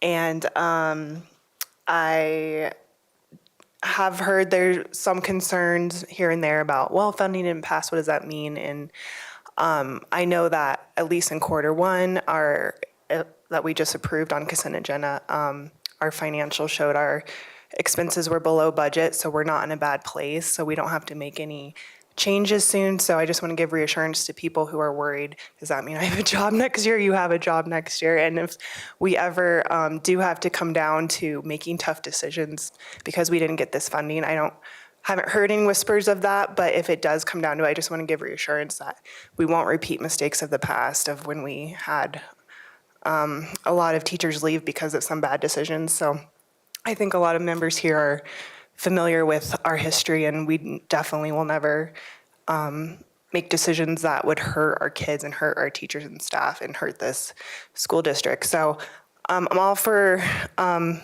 wanting to try again. Obviously, that's not my decision, but I definitely would like to work towards that next year. Director Myers. I also wanted to say thank you to everybody that stepped up and helped us, canvassing, walking, putting out flyers. It was a real community time, and I had the privilege the day after the election to visit 4 schools, which I was a little apprehensive about. But I met with such positive cultures and principals and teachers out that just thanked us for the hard work that we did. And they love the cultures of their schools. And while it's a disappointment, it's something that we can go forward with, and when they know that the board's behind it and that it's something that's going to help them get paid better, and that we do care about what we put on the ballot for them. So I wanted to say thank you to the teachers and to the parents that helped and our board members and our cabinet members. So thank you so much. Director Meek. Are we doing both reflections and thoughts about moving forward or just reflections? Yeah, I think some reflections, just for folks jumping a little bit ahead. We do have a board retreat on the 30th, and one thing that I'm definitely adding to that agenda is a more in-depth reflection. So again, not a blame and punish session, but certainly a what can we do better as a board? What do we believe as a board? Hopefully we can come out and have an official statement after that retreat, hopefully in December, indicating what we intend to do as a board, but also to look at other things in lieu of compensation, things we can do in addition while we're looking at next year. A bit of a brainstorming session around attracting, retaining, and rewarding our teachers and staff. So that'll be on the board agenda, and we'll do a deep dive, or excuse me, the retreat agenda, and we'll do a deep dive then. But go ahead. So I'll cover both thoughts ahead as well in my quick comments. First, I just really want to provide a sincere thank you to our Mill and Bond Exploratory Committee members for their tremendous efforts that led into the start of the 5A and 5B campaign. From there, we had Ms. Gilstrap step up to lead the campaign committee and organize the efforts. Our superintendent put in countless hours in her outreach. And I can't name everyone involved. There were so many staff and community members and parents who stepped up to help get the word out. So that sincere thank you. As we know, tax measures are challenging to pass in our community, and we had many hurdles to overcome, as evidenced by the early polling numbers that we had. In fact, looking at those numbers, it seemed to me at the time that it would take multiple years to move the needle as much as we needed to move the needle to be successful. And while disappointed that we're not able to get 5A and 5B across the finish line, I'm genuinely impressed with the progress made in our community and the community support, and believe with my whole heart that we can be successful in a year if the board acts responsibly, if we continue to engage and build authentic relationships and partnerships with families in our community, if we engage our staff in decision-making processes, we can be successful in future efforts. I'm certain of that. And I think I'd be remiss if I did not bring up the current controversy that both Superintendent Kane brought up and many of our public commenters about the event that was held on Sunday, with it being divisive and feeding into the rhetoric that really fed into our election challenges as well. While everyone talks about caring for our teachers, you know, what does that really mean? Just today, a report came out that pandemic anxiety was higher for teachers than for healthcare workers. That really surprised me. I want to point out that Superintendent Kane and the board directors that attended that event on Sunday, Director Meek, can we keep this to reflections on 5A and 5B and not things that have occurred yeah, the since con then? argument was all about that. So, Yeah, so I think it does feed in, and I'll try to be really brief in that regard. I just think it connects our community to being part of a national witch hunt to demonize teachers who join their profession because they believe in public education, and their whole heart is in public education. And it's everything that equity is about. And we cannot legitimize those comments that were made on Sunday about teachers bringing pornography into the classroom, about violating parents' liberties. Again, Director Meek, I'm going to ask. For moving ahead, community polling to understand why those who didn't support it didn't support it. Was it the economy? Was it a belief that the district truly does not need additional funding? Was it a lack of trust in the board? We really need to understand why those who voted no in order to help us understand how best to move forward. I think our community connections plan that we're working on is a great start about connecting with our community, because it isn't educating our community. It's about creating meaningful relationships with everyone in the community. And I think that's not about a one-time campaign that you roll out right before an election, but it's an ongoing process. So I'm really genuinely excited about that work that we have underway. I too visited 4 schools the day after the election and want to express that teachers genuinely wanted to thank the board for all of their work and for supporting 5A and 5B. I asked about ideas that they had moving forward, and some of those, which I think will go into depth at the retreat that's coming up, but questions came up around whether there's one-time money available to invest. Are there partnerships that can be established or strengthened that will move us forward in building a stronger climate and culture for our staff? Are there other costs, such as legal fees, that can be invested back into our schools? There's a myriad of opportunities that we should consider as we contemplate next steps. But this conversation really needs to be much, much larger than the 7 of us. It really needs to be with the entire community. And lastly, a truly responsible board will dig in at this point in time in its governance practices to make sure that we are doing everything possible to shape a meaningful future for DCSD students. We owe everything to that. That is our duty of loyalty to the entire citizens in our district. And I look forward to future conversations on this. Director Williams.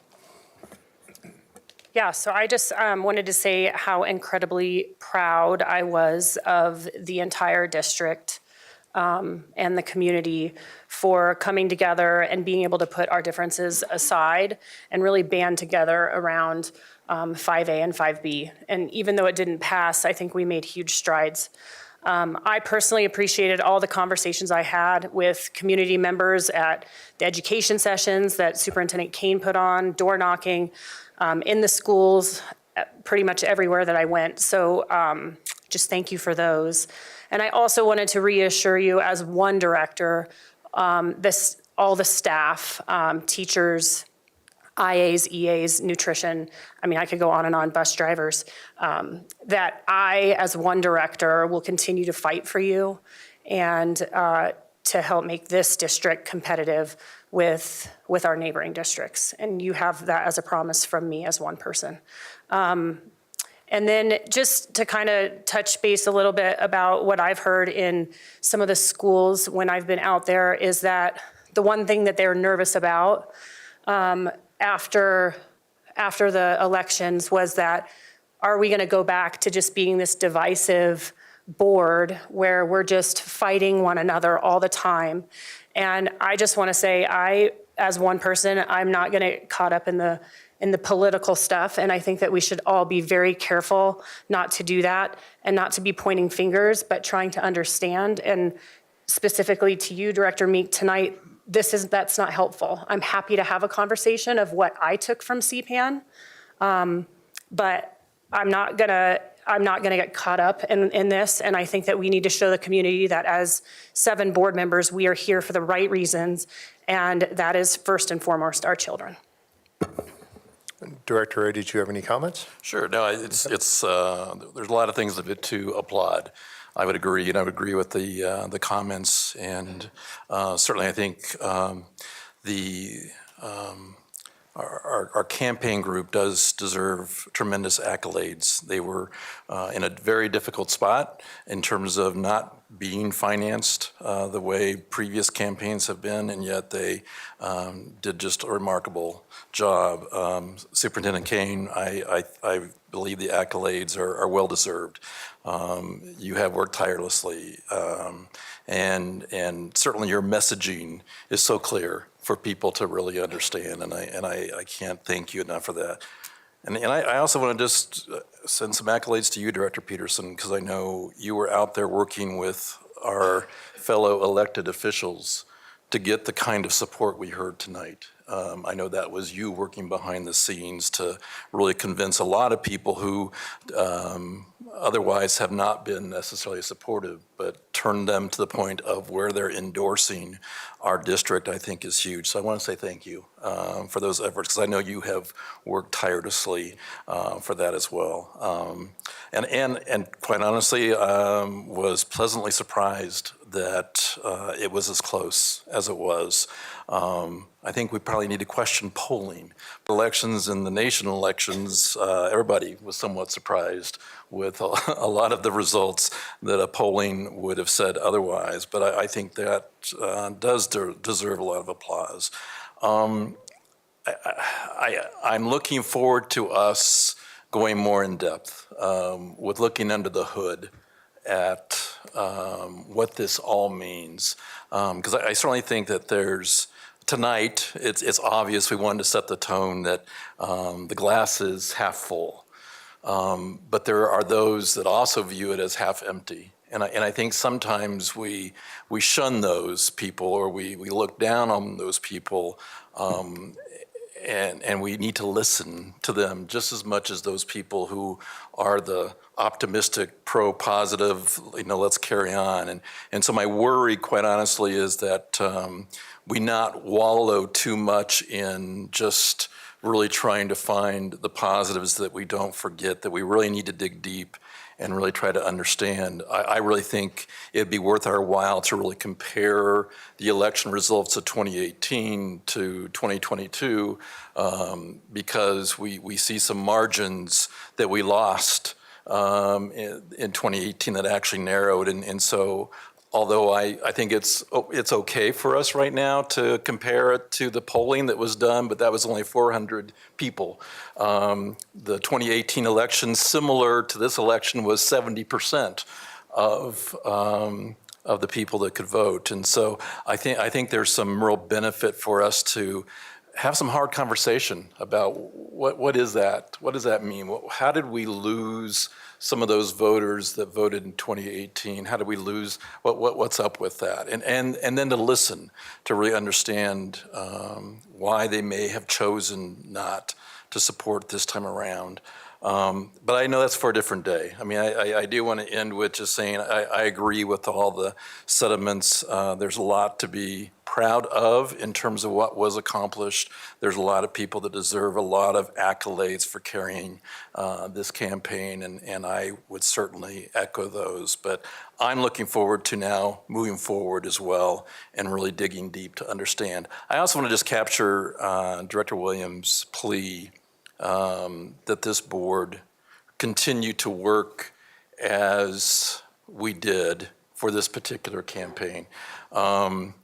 I brought to this board a proposal that said that we needed to look at our decision-making process, that we need to avoid doing 4-3 votes, that we need to strive for consensus. And I think that's what happened with 5 and 5B. We found consensus, we found common ground. But I agree with Director Williams. I think that should be our process. You can ignore my plea to put it in policy, but I think as long as we strive to work towards consensus, I think our community will continue to support us for the next 12 months. But I do think the next 12 months is going to be indicative of what happens in November 23. And we've got some hard issues that we haven't dealt with, that we're going to have to deal with. And my plea would be the same as Director Williams, is that let's not allow ourselves to get into a we, they kind of mentality. Let's really work hard to find the common ground and reach consensus and not dismiss majority versus minority. So those are my only comments. I'm very excited to see what we'll do in the next 12 months. Yeah, and just to wrap it up, I agree with what you said, Director Ray. We need to not just listen to those that were for it and get more of those. We also need to change some more minds. And the one thing I recognized out knocking doors or engaging people is when people were willing to listen, we were changing minds. We were moving people from I'm really against this to, you know what, I might consider this, or people from I don't know, I'm not sure, to yes, I'm firmly for these measures. And I think with a little bit more time, we can sway not just that extra 1,500, 2,000 votes we need because we were that close. I mean, I pulled up the latest results on my phone, 90,105 people for, 92,739 against, 182,000 people voted. And if we put this on next year's ballot, we know last year we only had a little over 120,000 people come out for school board elections. And if we have the people come out that are interested and invested in our schools and in our students and in our staff and our community, and we even retain 70% of those votes, that this thing will clear. Don't want to be Pollyannish, don't want to be overly confident, but I am optimistic that we can get this done next time. Last bit, I think, other than the fact that we didn't get the financial and the compensation things that we were asking for from the taxpayers, what our MBEC did to model what you can call it whatever you want, bipartisan, nonpartisan, diverse, whatever group can come together on a common issue. I think Sandra Brownrigg and her folks really set a good tone for what can be done when people have common interest. I agree with Director Ray also on, this board, I think, has been a good model over the last months in finding common ground. We won't always find common ground. We won't always have 7-0 votes, but we can disagree respectfully. And this little thing, the norms came out of this, right? This little sheet that we've been generally abiding to as a board. We can always get better. Thank you. And Becky's reminding me of one norm. We are now past time by 2 minutes, but I will just quickly wrap up and say one of those norms is assume positive intent. We heard it from speakers tonight. It's something that is on Superintendent Kane's big list of things for the district. And I think we need to continue to do that as board, and we need to do that as community members. I believe, heard some community members speak tonight that did not assume positive intent. And if we can start with that as the basis for conversation, then we can have a conversation. So I will end in saying thank you to the other 6 board members. I am also very aware of how hard folks up here work to get this done. And I hope you take a couple weeks off for Thanksgiving. But let's get right back to it if we're going to get right back to it and recommit to these initiatives. With that, I am 2 minutes over, probably 3. Thank you, Director Myers. And we will move into item number 4, which is the Universal Preschool Update, a 20-minute presentation followed by a 10-minute Q&A. And at this point, we will turn it over to Deputy Danelle Hyatt.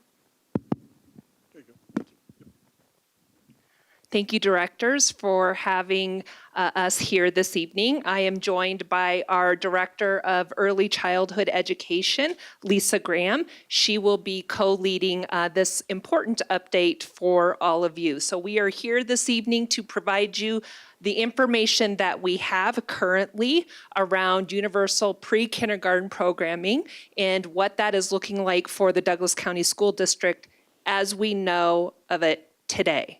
So I'll talk about that in just a little bit. But before I get started, in the spirit of gratitude, I would like to just thank all of our early childhood educators in the Douglas County School District.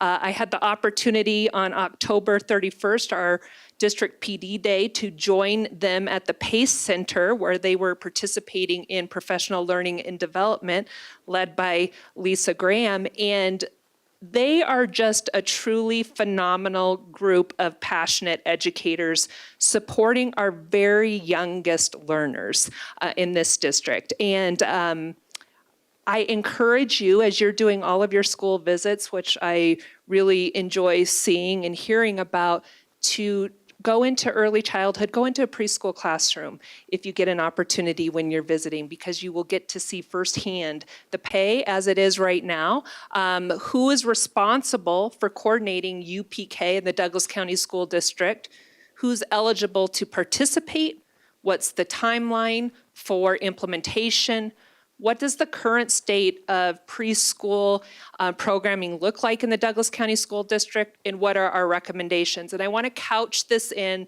there are a lot of evolving factors happening right now at the state level in regards to UPK. There's a Rules Advisory Council meeting happening this week on Thursday, where there will be guidance provided around some of the critical aspects that are yet to be determined with UPK, followed by a hearing, a rules hearing next Monday. So in my ideal state, this presentation would be 2 weeks out because we are sharing what we know today, but it is a very dynamic circumstance that's occurring, and we will, of course, keep you updated as we know more and how it will impact the Douglas County School District. And so with that, I'm going to hand it over to Lisa.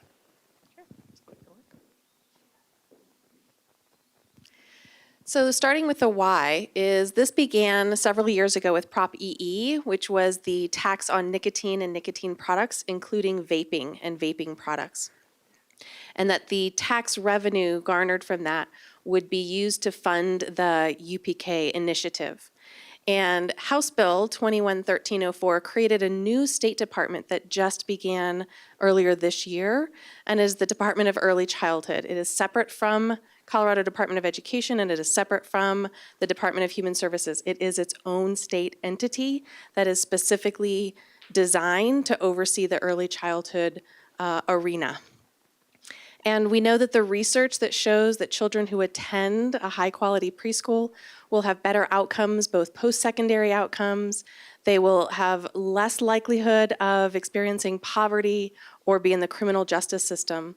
And there is a RAND study that indicates that for every $1 invested in early childhood will yield a societal return of anywhere from $1.08 to $17.07.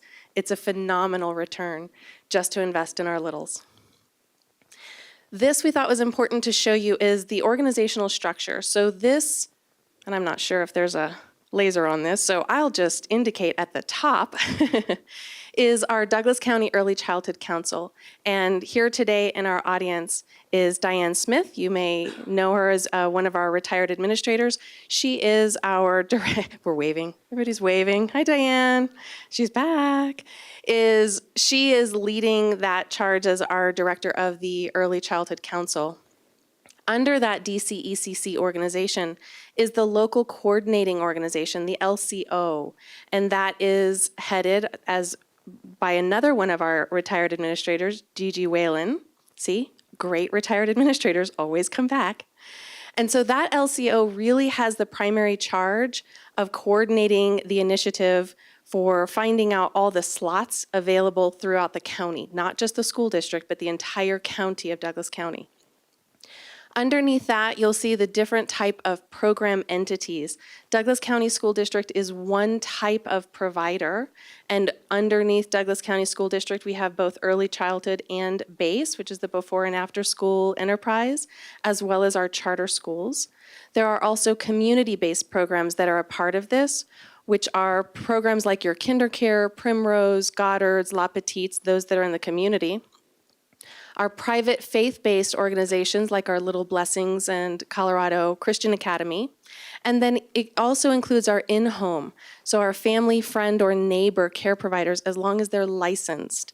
So any licensed child care facility can opt into this program.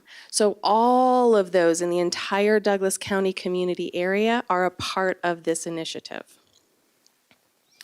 So beginning with next school year, the 23-24 school year, the Colorado Department of Early Childhood is slated to fund a minimum of 10 hours per week for any age-eligible 4-year-old child.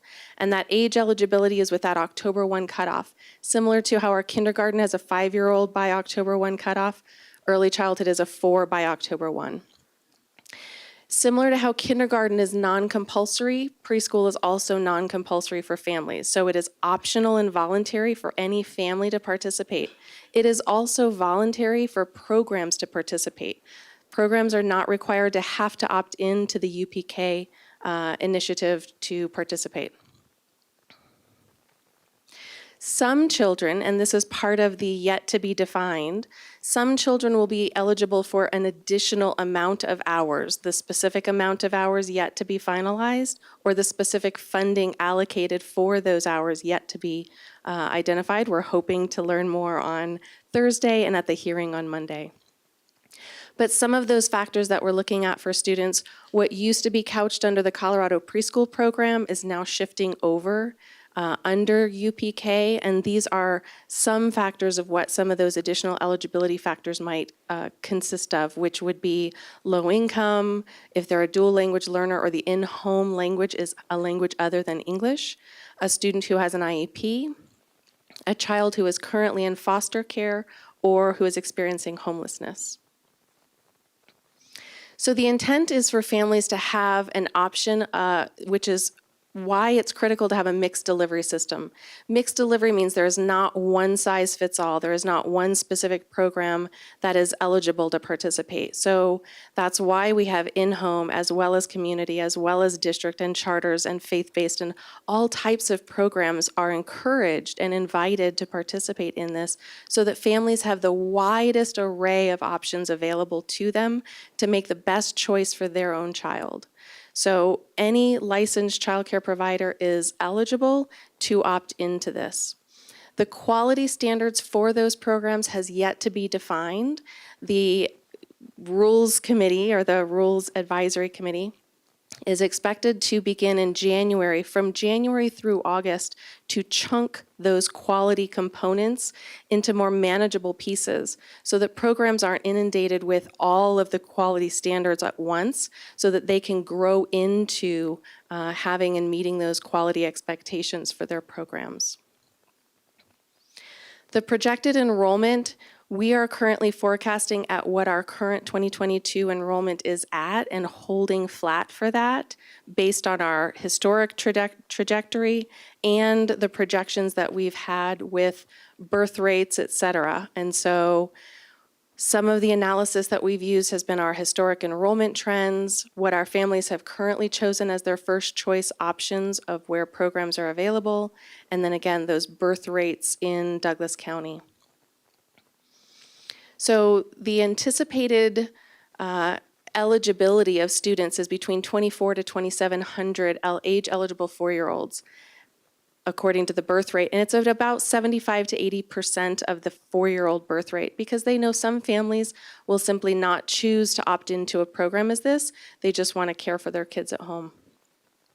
So the LCO is actually the one who is in charge of determining that county, the Douglas County capacity, and identifying the gap between the capacity that currently exists, this birth rate for eligible students that we may have, and trying to then figure out how to narrow that gap. Currently, we are projected to be on par with being able to serve all of those 2,700 age-eligible students within the county, given all of those options available for families to choose.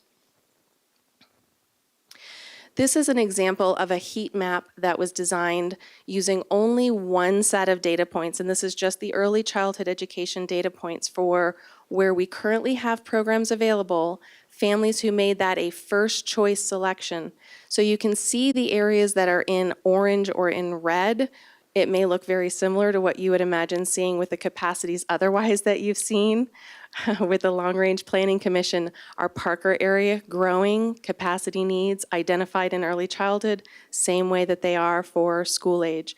Similar down in the Clear Sky and the Meadowview areas, and Roxborough in the Sterling Ranch area. This is showing what our current actual capacity is for UPK, given what we have right now available within Douglas County School District. So on the left-hand side, we have our early childhood education sessions. We have 67 classrooms housed in 44 different buildings. So we serve 3-year-olds in the morning. We have half-day programs, 3-year-olds in the morning and 4-year-olds in the afternoon. So our 4-year-olds, we would have half of the classroom available for students with IEPs and half of the classroom available for students without IEPs. In the mornings, we have half of the classroom space available for students with IEPs who are 3 and half of the classroom available for students without an IEP. We also have in the district our BASE, the before and after school enterprise, has 5 pre-kindergarten classrooms that are full day programs for 4-year-olds currently. So that's why you see that additional amount between 115 to 120 capacity in their programs.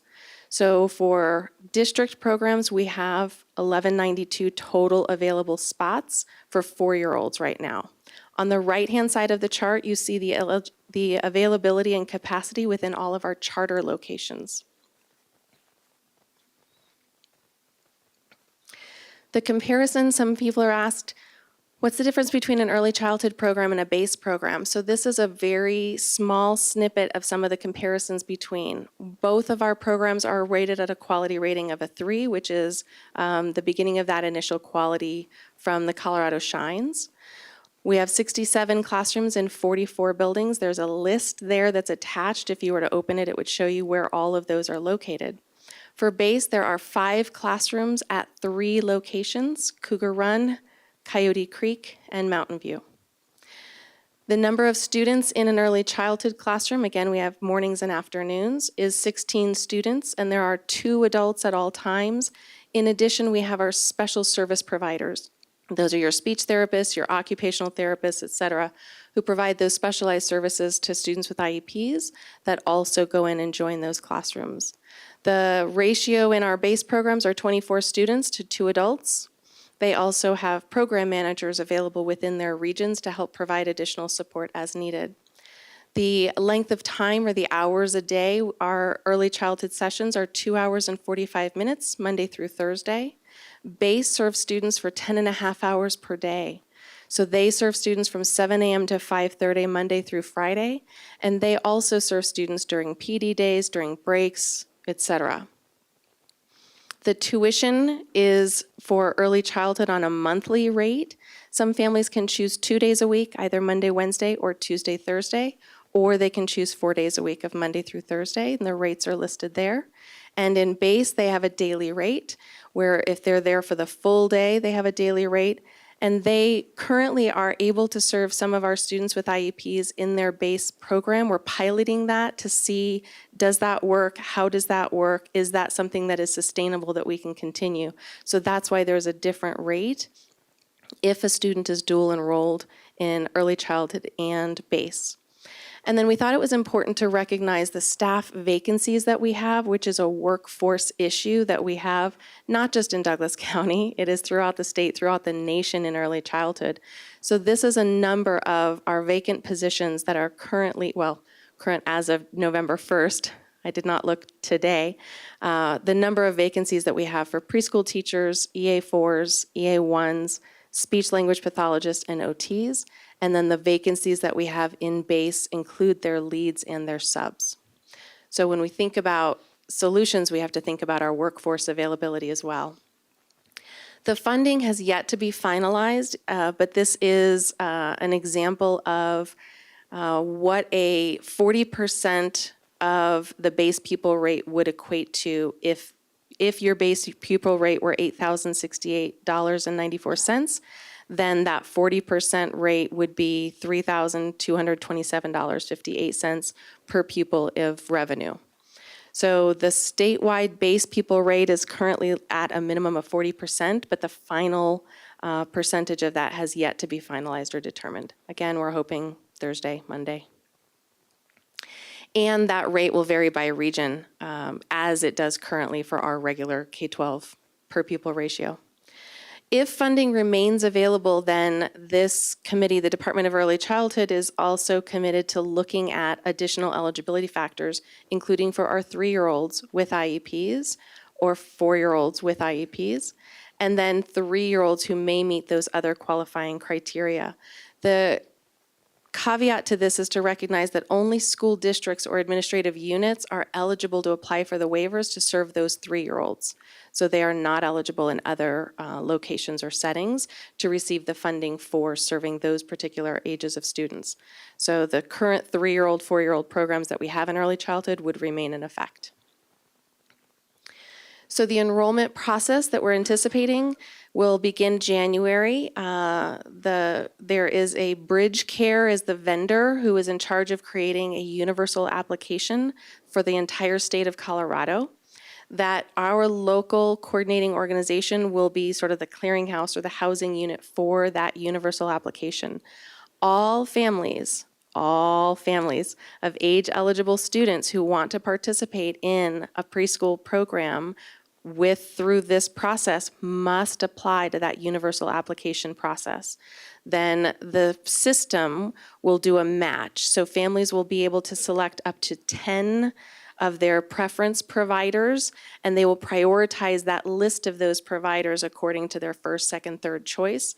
They'll answer several questions embedded within the system, and then the system will generate a match between the family's priorities and those providers, and then send them a notification of the one provider that they've been matched with. Then the notice will go to the family, the notice will go to the provider to indicate you've been matched. And then we hope everybody swipes right. So then after that universal application process, the family then, once they're matched with a provider, will have to go to that provider location to actually register with that provider and adhere to all of the regulations that are required through that process. So here in Douglas County, in our early childhood education department, we do the online registration process, the OLR process. So families would still need to do that after they have completed that universal application process. Families will be able to select a geographic area. So for example, they could select their home address, they could select their a grandparent's address, they could select a work location address. If they wanted to drop their child off at a location close to where they work, they can select whatever pin or drop point that they want within the system. The system will then bring up all of the eligible providers that are in that area for them to make that selection and to start identifying their top 10 preferences. So because the program begins in the 23-24 school year, we have already started with this process. As we know, registration and enrollment considerations begin far earlier than August. So in October, the LCO did submit to the state their community plan on behalf of the Douglas County community area. In November, and again coming up on the 21st, will be another hearing from the Rules Committee regarding the funding, regarding the number of hours, regarding eligibility, those very critical specific details to help further the planning. And then in January, the system will roll out its universal application process. It will start with a 2-week window. Opening on the 17th is what they're currently targeted to open, closing on the 31st for that first round of matches of enrollment. Then they'll open again February 1st for 2 weeks, close, and after that, then it will be on an ongoing basis. As families choose to enroll, it will be on a more rolling basis. And I will turn it back over to Danelle. So we had the opportunity to pull together a UPK task force for the district. And so we have many members of our team that are working around the implementation of UPK in Douglas County. So we have met 2 to 3 different times this year for half-day sessions, and really a large part of our first meetings have been just learning and understanding all of the different complexities that are happening when it goes with UPK and early childhood education, because there are many complexities. And so we've had the opportunity to work with this group. At our last meeting, we identified collectively as a group what our goals are for year 1, year 2, and year 3. Although we still need to continue to refine those goals, I wanted to make sure just to highlight how this UPK task force addresses the needs of many areas of our organization. So everything from the building leadership roles and responsibilities to director of health, wellness, and prevention to base. We know that there will be nutrition services impacts and transportation impacts and so forth. And so we will continue to layer in additional members as this work continues to proceed forward. Early childhood education in DCSD has a vision and a focus. And one of the conversations our task force has engaged in is this is also an opportunity to look at the implementation of UPK in a short-term view, but also early childhood in Douglas County School District in a long-term view. So this task force will be doing both short-term work in goals and targets and monitoring, as well as what in 3 years from now will we want to be able to do to continue to refine and enhance our early childhood education programming in Douglas County School District. So these are some of the considerations we've engaged in moving forward. How do we address the capacity needs for preschool programming in schools in regions with increasing enrollment? We engaged in a very robust conversation recently with our long-range planning committee. It was really a phenomenal conversation, great questions, feedback for us to consider, and that will absolutely be critical as we continue to proceed forward with especially this first bullet. For the 24-25 school year, how might we increase full-day preschool options?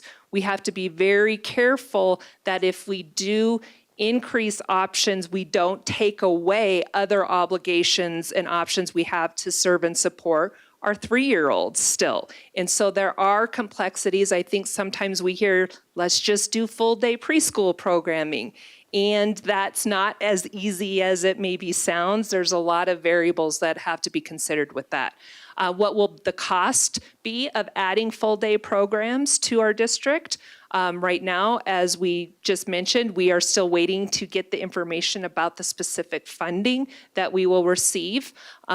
Where might we have capacity to increase full-day options without eliminating other essential programs? Like I said, our 3-year-old programs, as well as other special education programs in our schools. And if we are able to increase our preschool programming and full-day options, will we be able to hire high-quality staff? The workforce shortage definitely is impacting early childhood educations and educators as well. So our recommendation up to this point has been, and we talked about this with LRPC as well as our elementary principals last week, is in year one, not to significantly alter our preschool programming in the district. There are many variables right now that are unknown, and so we are able to absolutely accommodate the 10 hours of free preschool for our 4-year-olds at very likely, but to be determined, no cost to our families. So that is something that we feel like is feasible within our current structure and our current model, because there are many variables that are unknown. We are very interested to see what our community interest will truly be, given the various different options that our community has. What will our student funding actually be? We don't know that at this point. Capacity needs continues to be a variable as we look at those schools that have the ability to support an increase in programs. Unfortunately, they're not in our areas where there's the need. And so we always have to kind of navigate through that. Staffing availability, there will be unification of other preschool programs in July of 2023. So this is ever evolving at the state level.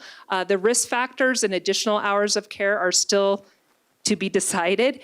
And there are just many other unanswered questions. And so we recognize this is an incredible opportunity for our community and for our youngest learners.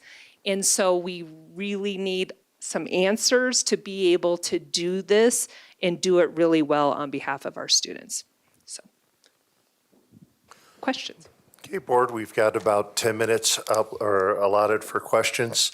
I think I have two quick ones after this. Given all the information that's unknown with the future meetings, when do you think you would need or want to come back and deliver an update to the board? And I don't need an answer now, just think about it and get it to the superintendent. And then the second one is just a question around this ranking. People rank top 10 and then a singular provider is selected. Is that singular provider DCSD, or will the individuals know the actual school location, DCSD school location that they're being assigned to? It's by license specifically. So Okay. every brick and mortar has an individual license. So families will select from community, charter, faith-based. They'll rank any of their top 10. So it will be identified by that license. So specific school location, not just you've been Correct. assigned to DCSD, what does that mean to me, right? Correct. Okay, thank you. Other director questions? I think I have one. Director Ray? Go ahead, Director Meek. Director Meek, then Director Ray. Yeah, just one really. Thank you for the presentation. I'm really fascinated to see how all this is going to roll out, and I know it's happening really, really quickly. The whole community interest and identifying what the community interest is, what's the plan to figure that out? Are we outreaching to the community, and what does that look like? So our local coordinating organization under our Director of Early Childhood Council, Diane Smith, they have the responsibility to determine the community plan for outreach. And in fact, they held mini meetings a couple of weeks ago that we participated in order to get feedback from the community in regards to the elements of application, how this process impacts families and so forth. So we're just one, but the LCO itself has the responsibility to do the community outreach in this regard. So if I'm understanding correctly, we don't have the capacity to handle the number of students that could be eligible for this program. Is that correct? Yes, that is correct. So there was never the intention for the school district itself to be the only provider for UPK. So we received the information from the state that their projection was anywhere between 24 to 2,700 students would be eligible in Douglas County, but that we don't have the full responsibility to provide that service and support, because we recognize, and the state recognized, that families should have the opportunity to choose based on the mixed delivery model. So will it be, it seems like there's so many moving parts to this. And I'm trying to understand where the collisions might occur. For instance, when we enroll our preschoolers now, they choose their preferences, but it's typically on a space available basis. Is that right? Whether or not they get their preference. Correct. So if we're essentially incentivizing more students to take advantage of preschool, how does that impact then those that are already in our preschool program? Can they get bumped out because now we have new people that are wanting that same spot? So that's one of the priorities families, that's one of those embedded questions within the bridge care system of the universal application, that families will indicate if they're currently already in that program, that it's a weighted response then from the system itself. So there are some of those factors built into the magical metrics that system has, so that their intent is for continuity of care for children to be in the same programs that they're currently already in. And our overall capacity between the early childhood education base and our charter partners is over 50% of those age-eligible students. So we're not 100% of them, but we're a good majority of more than half of all age-eligible students. So the rest comes from the rest of our community partners. And Diane and Gigi have personally called all of the providers in the community to have these conversations with them directly and engage their partnership and engage their interest to join us.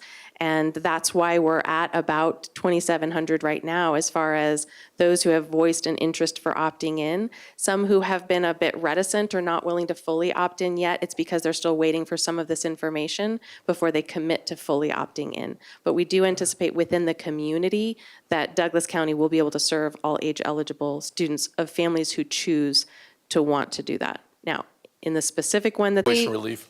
Yes, currently students who have an IEP pay no tuition.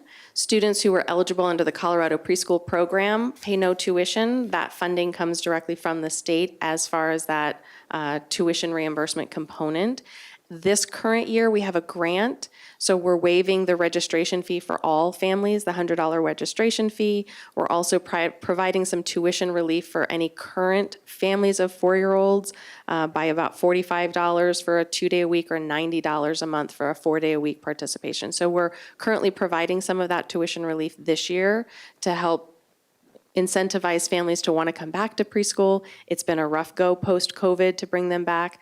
We've also noticed that some of our community partners had to go out of business during COVID, so we're trying to rebuild that community back in bringing those community partners back in to be able to serve our littles. One last question for me is we currently pay our preschool teachers a classified wage.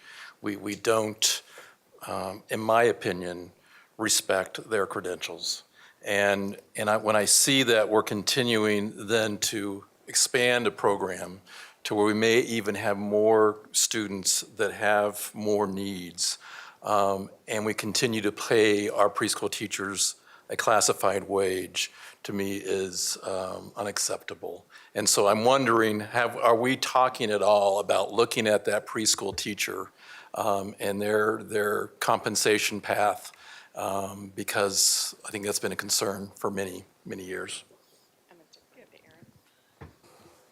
I can take that. That is absolutely something that we keep an eye on, but we have to see. This first year is really a wait and see. Let's see how this plays out so that we know what we need to do moving forward. It depends. It depends on how the funding actually turns out, because of course, if we were to switch our model in terms of how we pay our preschool staff, that would have to be able to come from preschool funding. So we have to wait and see how that funding model actually looks from the state. And you mentioned there are a lot of moving pieces, and they are moving really, really big, really significant pieces even right now. So we have to let all those pieces settle and use this next year to really evaluate where we are, what the role of our community providers are versus what the role of the district is, what our demand looks like versus the demand of our community providers, so that as we look at the following school year, we can start to figure out what adjustments we need to make, not only to capacity, but also in terms of competitive pay and all of those other things as well. I really appreciate the question, especially about our amazing preschool teachers. Can I just follow up with what you said, Superintendent Kane? So we can only pay from our preschool funding. The district's not able to kick in additional funding to that program. It has to be exclusive to what we collect for preschool funding. Well, at the moment, whatever the state is providing, so the state will provide extra funding for preschool, and then we would have to provide extra staff, right? Let's just keep it simple. Right. And I don't mean I don't mean the universal program, but I mean just our own preschool teachers right now. Preschooling in general. Yeah. Oh, no, not for preschooling in preschool in general. My apologies. We have to see how the state funding works out with the 10 hours and what that ends up looking like in order to evaluate where we are financially. But in terms of looking at competitive pay for preschool teachers, we are in the same situation that we are in every other job classification in our district, which is that we have to figure out how to get through and over the hump here so we can look at potentially 5A in the future, because we're not competitive anywhere, as you're aware. So we do have the ability as a district to pay our preschool teachers, our existing preschool teachers, more competitively if we decide to prioritize our budget. We don't rely on preschool tuition to be the driving factor for how much we pay a preschool teacher. we can say, we could say as a district, we're only going to have certified course. teachers in our preschool. Of course, keeping in mind that like anything else, then we have to figure out who that money comes from. Thanks. Okay, that includes our time unless there's any other questions by other directors. Okay, thank you both. That moves us to item number 25, approval of Board of Education legislative priorities. And Mr. Blair, if you could bring up the attachment for that, we would appreciate it. We've allotted 20 minutes for discussion. And this is something, as a reminder, we talked about this at the last meeting at Cantrell. Hopefully, I endeavor to consolidate and capture changes and things, but what we'll do is just allow individual directors to ask comments or express concerns, and then depending on the number and level of concerns, we'll entertain motions to either do a quick markup and a group approval, or we'll look at things one by one depending on the nature of the issue. So at this point, I'll just open it up to discussions and comments by individual directors before we entertain any motions. Director Weiniger. Thank you for condensing it to much less pages. It feels more like priorities now. And actually, one of them I was wondering if we even needed just to condense it more, but it's on page, what is this, 5? Sorry, if you can give us the general end that it's under in the letter, that would be great. Yep, page 5 under financial well-being. And what we were just talking about, universal pre-K, letter E. Okay, keep going down, Mr. Blair. It's after, keep going down. We're almost there. There we go. Oh, I guess it's page 8 on here. And I wonder if Oh, no, it's that on page is- 5. So this is a list of just what our financial well-being. Is that the- No, that's not I'm sorry. You want all the, I'm sorry. You want all the way down to our ends. It's actually under financial well-being up in the main body of the document. So Page I'm 5. sorry, I steered you wrong. I was just looking at the title. So probably about page 5. Thank you. That financial well-being E. Hey, go ahead, Director Weiniger. Well, I was just on letter E, so just scroll down a little more. It talks about funding full-day kindergarten and pre-K, which I'm not against, but I'm wondering if we necessarily need it on there since that's been decided at a legislative level already, and I think this was more before it was decided. Just anyone's thoughts on that? Yeah, I can provide a quick comment on that. Of course, we want this to remain funded. We've seen various things initiated by the legislature, and then I think the key word in there is adequate funding in the future as things shake out and they grow, and the sustainability piece. And from indicating a legislative priority, we want to make sure that now that this has been voted on by the voters and set into motion, it is absolutely continued to be, and it doesn't become basically an underfunded or unfunded mandate in the future. That was my reason for having it in there. Other director comments on item E here, universal PK. That makes sense to me, thank you. I'm fine with keeping it for that reason. Okay. And then another letter, same page, scroll up a bit on C. This one is about ensuring our public dollars go to pre-K and grade 12. And then the second sentence where we oppose efforts such as utilization of vouchers, education and saving accounts, all that. So I am not saying I want to put vouchers in Douglas County at all. Our schools aren't failing our kids at all. I just am wondering if I necessarily think we need to put something in there saying we oppose it at a state level in case there are school districts out there that could benefit from vouchers. I don't want to put something in there saying that we promote vouchers. I just more so, my feeling on it is to stay neutral. But that's just me. I was just wondering how other directors felt on that. Yeah, and I can talk quickly to the change. This was something that was in the previous version. I only went in and added the words DCSD throughout so that we were not dictating to other school districts. I mean, this is about DCSD's legislative priorities, and really saying that, you know, at least as one director, based on my perception of the utility of vouchers, they're really good when you have failing schools and you have a lack of choice, which I don't believe either one applies to DCSD. So, but I did not want to universally speak for other districts. Thus, the only changes from last year were just putting in DCSD, that DCSD funding goes to DCSD schools.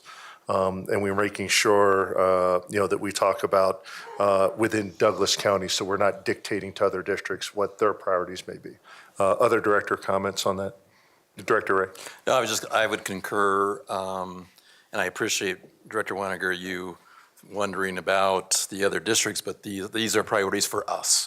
This is for Douglas County. This reflects our values, our priorities, and I think clearly Director Peterson said it well.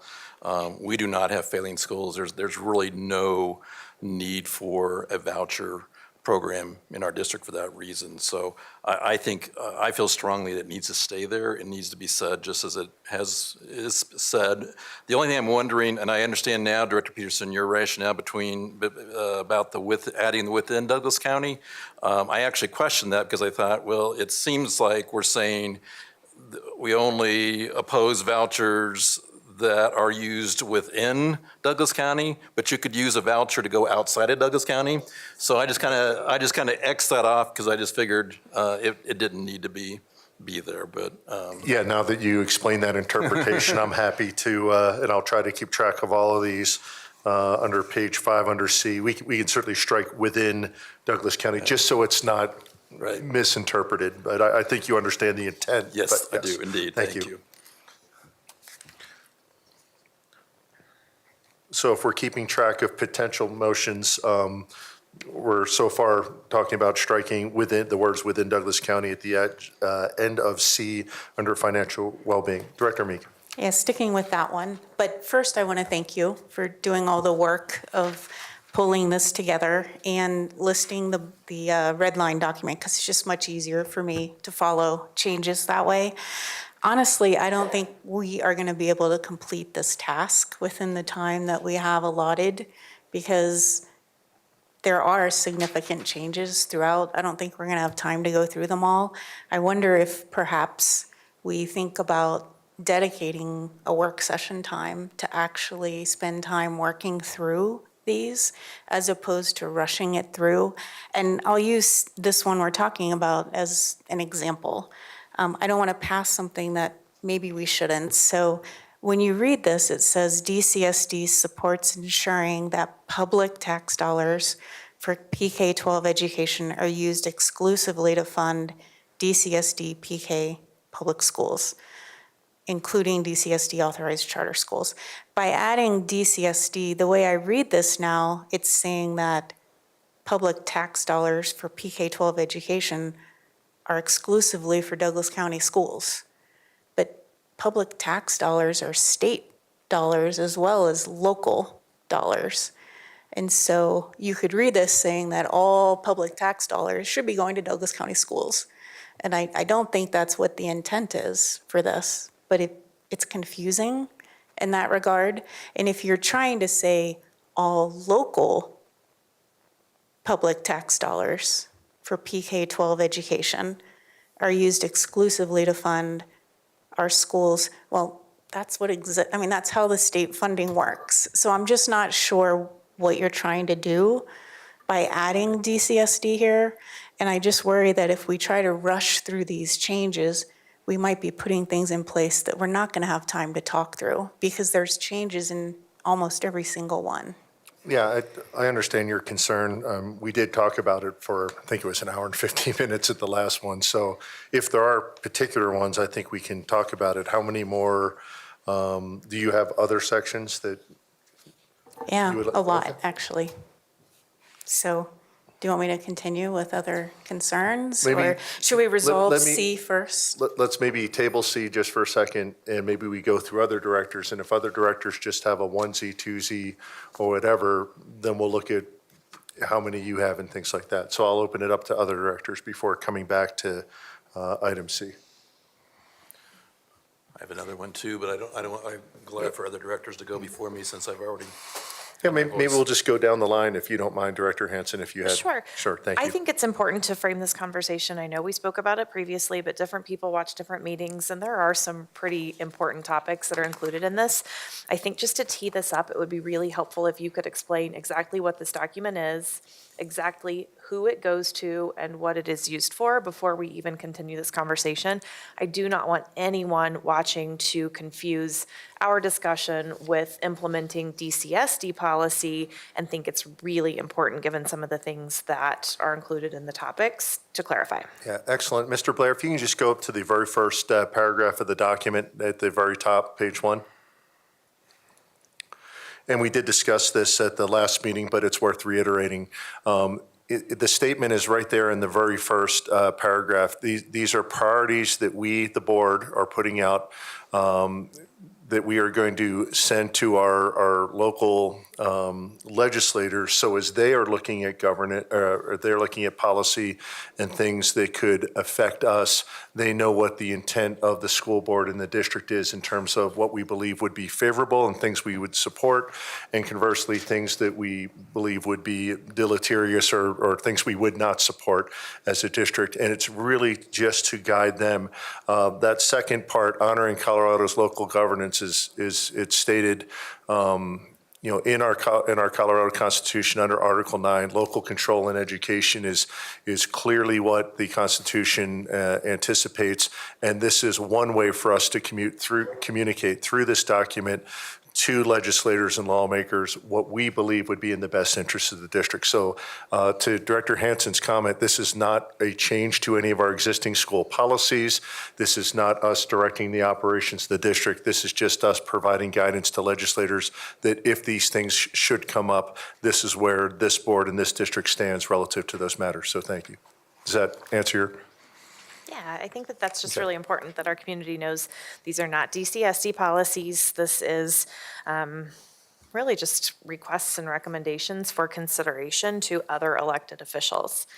I have 4 or 5, and I can start with, maybe I'll start with easier because I know there are going to be some that are going to be harder discussions. Let's maybe knock some of these out and see where we are timing-wise. So probably one of the most important to me personally is under the safe, positive culture and climate. Page 3, Mr. Blair. Point C. And keep going down to item C. There we go. Thank you. So this is in regards to who can carry a firearm on school grounds. We had previously used the word exclusively in the language of this because there are some districts who have provided an opportunity for employees to serve a dual purpose, to serve as a teacher and to serve as a security officer. I do not feel like that is necessary in our school district, and by using the word exclusively in this language, I think we are providing some security is the wrong word, a sense of security to our community, that this is not a backdoor effort to arm teachers. We are saying that it is important to us as a school district that anyone who is carrying a firearm on DCSD property is exclusively employed as a security officer. That is their one and only responsibility. And then those individuals meet the training that we have established as a district that is required to be a part of that. So it's really important to me to add that word exclusively back in, just because there's a lot of history within that discussion that I think is really important. Yeah, my thought for pulling that out was just to say if we have, for instance, one of our SSOs, school security officers, and in their job description is things that are in addition to security, even though they are a security officer, that wouldn't be disqualifying.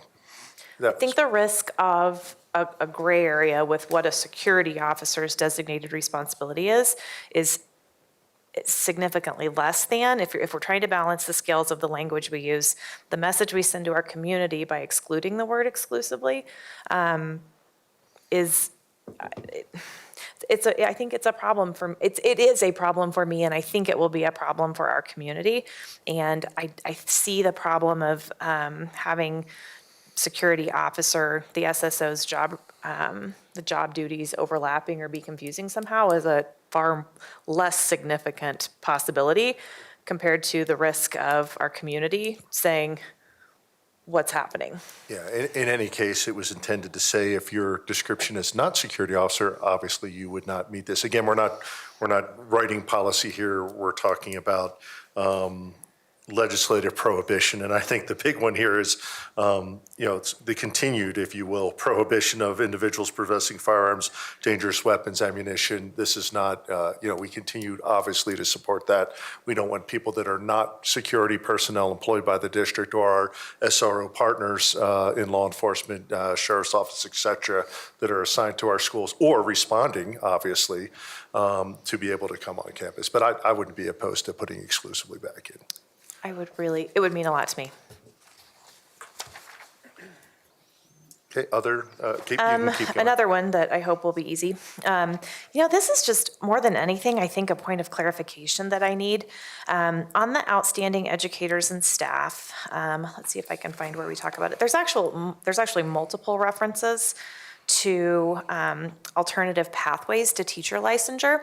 And this is entirely on me. When we have these discussions, I generally feel like I've spoken with teachers, I've spoken with the stakeholders that are involved, and I know their general feelings. This is something that I haven't had these conversations, and I just don't know. I completely recognize that we are at, we're an unprecedented, we need to fix. I'm just trying to tell Mr. Blair, we're up on page 3. You're down to the ends again. Thank you. I know we have staff shortages. I know we need to think outside the box for ways to meet our staffing needs. The one thing I want to make sure that we're cautious of as we are moving forward as a district is that we're not disregarding the people who are a part of our district who have chosen a traditional path to teaching. And like I said, I haven't had conversations with teachers to see what does that feel like to know that there may be this alternative pathway when you invested the money in your bachelor's degree, when you incurred the debt.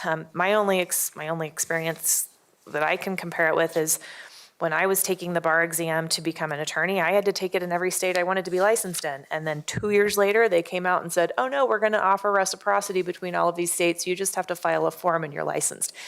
That felt really bad that I had just gone through a very different process than was now available. Understand the reasoning behind it, but it didn't feel good. And I want to make sure as a district we're not doing anything that doesn't feel good to the people who are currently a part of our staff.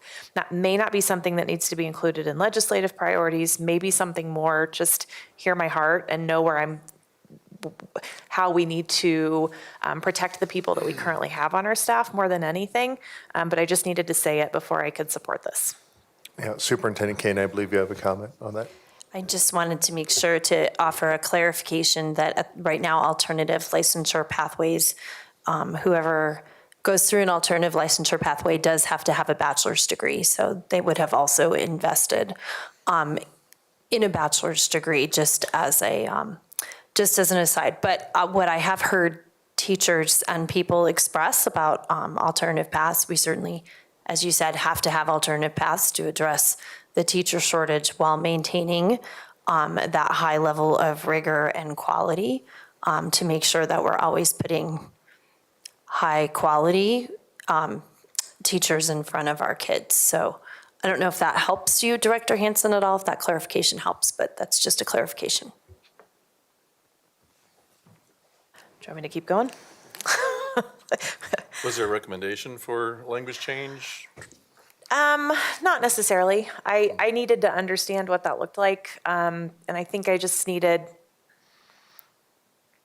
need to know more than anything that our DCSD staff, if there are alternative pathways that are provided from any legislative bodies, that our DCSD staff will do everything within their power to make sure that our traditional path employees will still feel valued. And that isn't necessarily something that comes from legislative priorities. Yeah, just a quick comment. The clause in there, while maintaining rigorous standards, was an attempt to assuage the concern that this is in no way a lowering of the bar. This is just different ways to achieve the level of excellence that we expect among our staff. Yeah.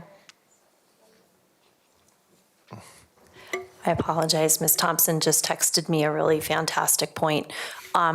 When we talk about those alternative pathways, part of that is for our existing teachers to be able to receive endorsements and things that will allow them to grow in their career without making it super hard. So it also benefits thinking about alternative pathways is more than just someone who's not teaching. It also benefits existing teachers, making it easier to go from an elementary ed teacher to a learning specialist, for example, or an additional endorsement, that kind of thing.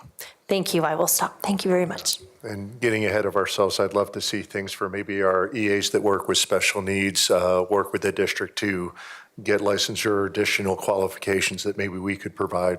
Again, just thinking out of the box, things like that.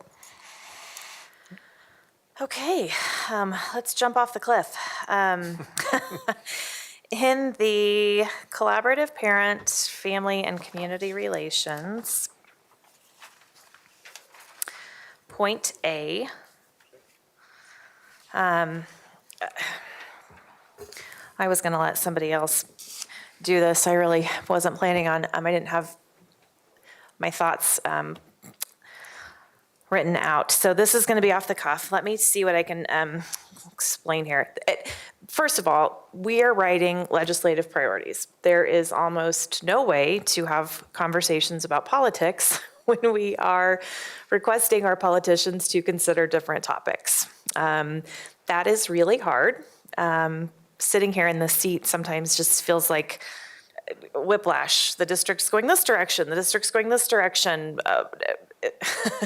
And what public commenters sometimes perceive, it feels exhausting sometimes of how many times we've said one thing and it's interpreted as another, and it is really hard to talk about politics while we are supposed to be taking politics out. That said, point A, as it is written, feels very political to me, and I understand that parent rights are absolutely something that is a hot topic right now. And I absolutely understand that there were things that have happened that led people to a place where they feel like this is possibly something that is necessary. And I also feel on the opposite side of that, that there's a lot of national movement in this conversation, and I don't know that it necessarily reflects our community. With regards to the way that this is written, for every action, there's an equal and opposite reaction. And when we talk about parent rights, I think it is really important to consider and factor in what that does to the other parts of our equation that need to stay in balance. And when I think of the equation that we've talked about so many times, when we start talking about parent rights, I worry, and I know that it doesn't feel good to a lot of teachers. When you have to talk about parents' rights and these are our children, and this narrative that has become a part of so many conversations, I just want people to stop and think, what does that feel like to our teachers? Dr. Williams and I were just talking over the last break. We're watching some of our kids' grades come in. There are hundreds of employees that are sitting out there right now, tonight at 8 o'clock at night, will be long into the evening, grading our kids' papers. They are pouring their hearts into our kids' educations. They don't want to be a parent. They don't want to cross over in any boundary that should feel uncomfortable to parents. And I just don't like this narrative of we need a parent right or a parent bill of rights, and everything in this point feels very much like we support a parent bill of rights. it puts the equation out of balance. Our teachers need to have an equal piece of that respect and an equal piece of that priority so that everything stays in balance. And this very much concerns me that it feels out of balance.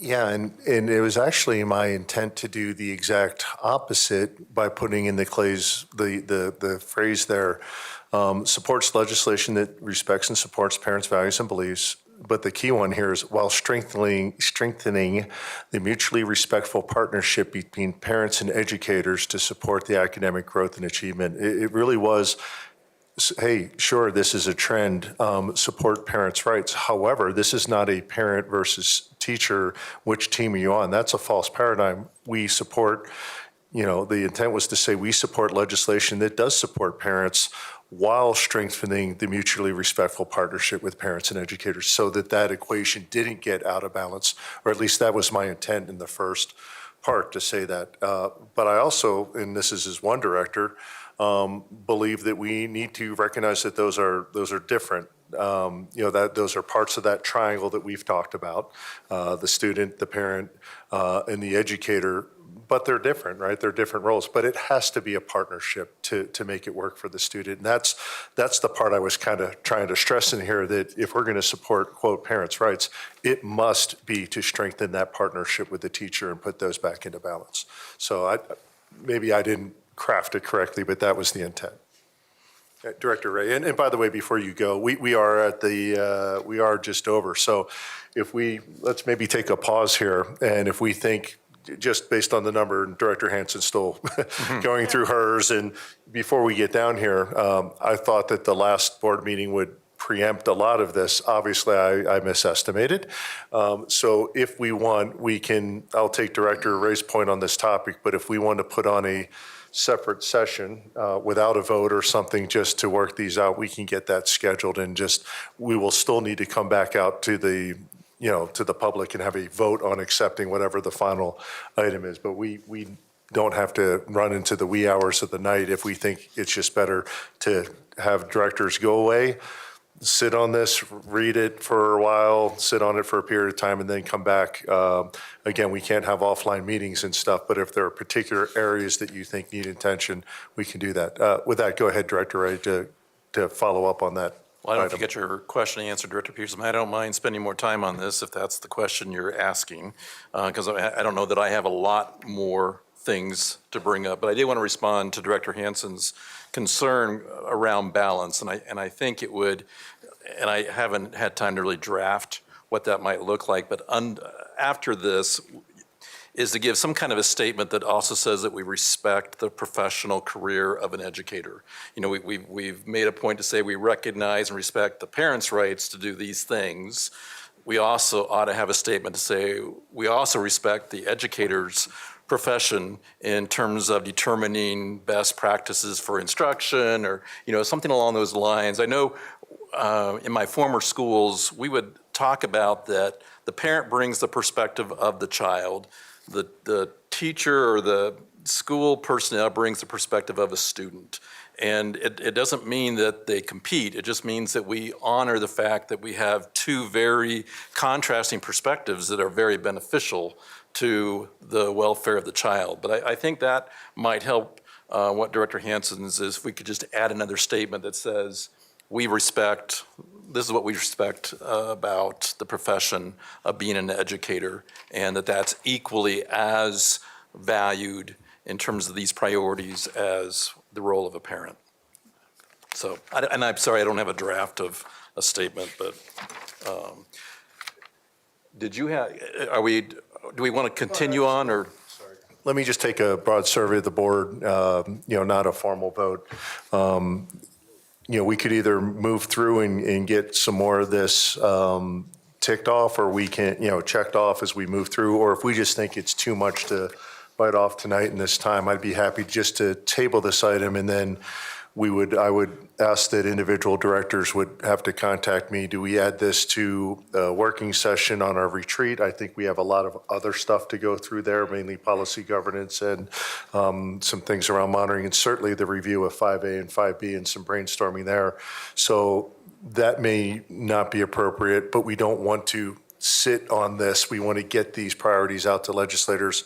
So just any directors that have comments on that, whether they want to continue through tonight or we can get a separate. Now, I'd want to honor everyone's Thanksgiving break and don't want to schedule anything during then, but if we would need to schedule a separate working session just for this item, we could do that.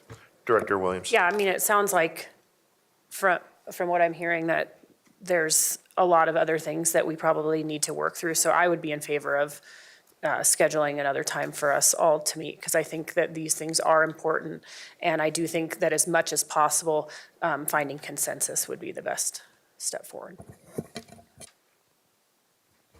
Other directors? Director Ray? I have one that, for the sake of some of our students, I would love just to express right now, if I could. We have a student and students that are part of the Colorado Youth Advisory Council Committee, and we have a student right now who is actually seeing her proposal work through as a bill right now, and she's pretty jazzed about it, and has been really asking for our support, even prior to this year. She's supporting some legislative efforts around looking at the disproportionate disciplinary practices of districts, to really say, when we start breaking down and looking at those categories of students, that there is some really blatant disproportion in terms of some students being disciplined more than other students. And so her bill right now that is progressing is addressing that. And I know she asked me last night, she's also on student advisory group, and she asked me last night if we in our legislative priorities could reflect that, because I will just give her more support in advocating for that. I have a copy of the bill in its current form, willing to forward that on to you. I know Director Meek has spoken with that student as well, but I'd sure love for us, again, because it's a student voice that we can actually reflect and support, and have that reflected in this document under safe, positive culture and climate. And it would just simply say, Douglas County School District supports legislative efforts to address disproportionate discipline practices in our schools.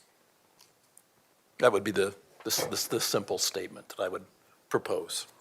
Okay, thank you, Director Ray. What I'm kind of getting a sense of is maybe we should table this and I will get a separate meeting on, and then I will encourage as individual directors, if you have something like Director Ray just spoke up, having read the draft that you believe should be included, just individually send it to me. I will include it in the updated working draft, and then we'll get something on the schedule. So Can we give her some feedback tonight, though? Is it possible to just give her some reaction to that, or would you rather spend more time looking at the actual bill? I know she's in the heat of the moment. Yeah, I want to read the full legislation, because as we know with legislation, you might go, yep, what is that, right? So sure. I think I would want to, as one director, read the associated legislation. Fair enough. So, okay, and so without objection, we can move forward on this, and I will get something on a future agenda. Last ask of the directors on this matter is I will ask our Assistant Board Secretary, Renee Brockman, to reach out, given the holiday period, but we do not want to string this out. We want to get these priorities out.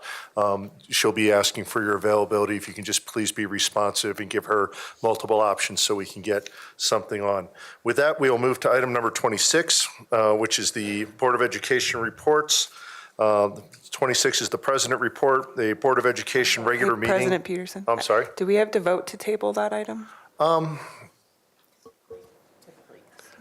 That's a good question. It won't hurt, I guess. Okay, then I believe to table it is a 2/3 Robert's rules. If somebody can give me a backup on that, to actually table an item, I know to call the question. Well, let's just see where the vote is, and then we'll go from that. I have a feeling. So I believe are you making a motion, Director Weininger, to table the item to a later date? Just for clarification, so table means indefinitely.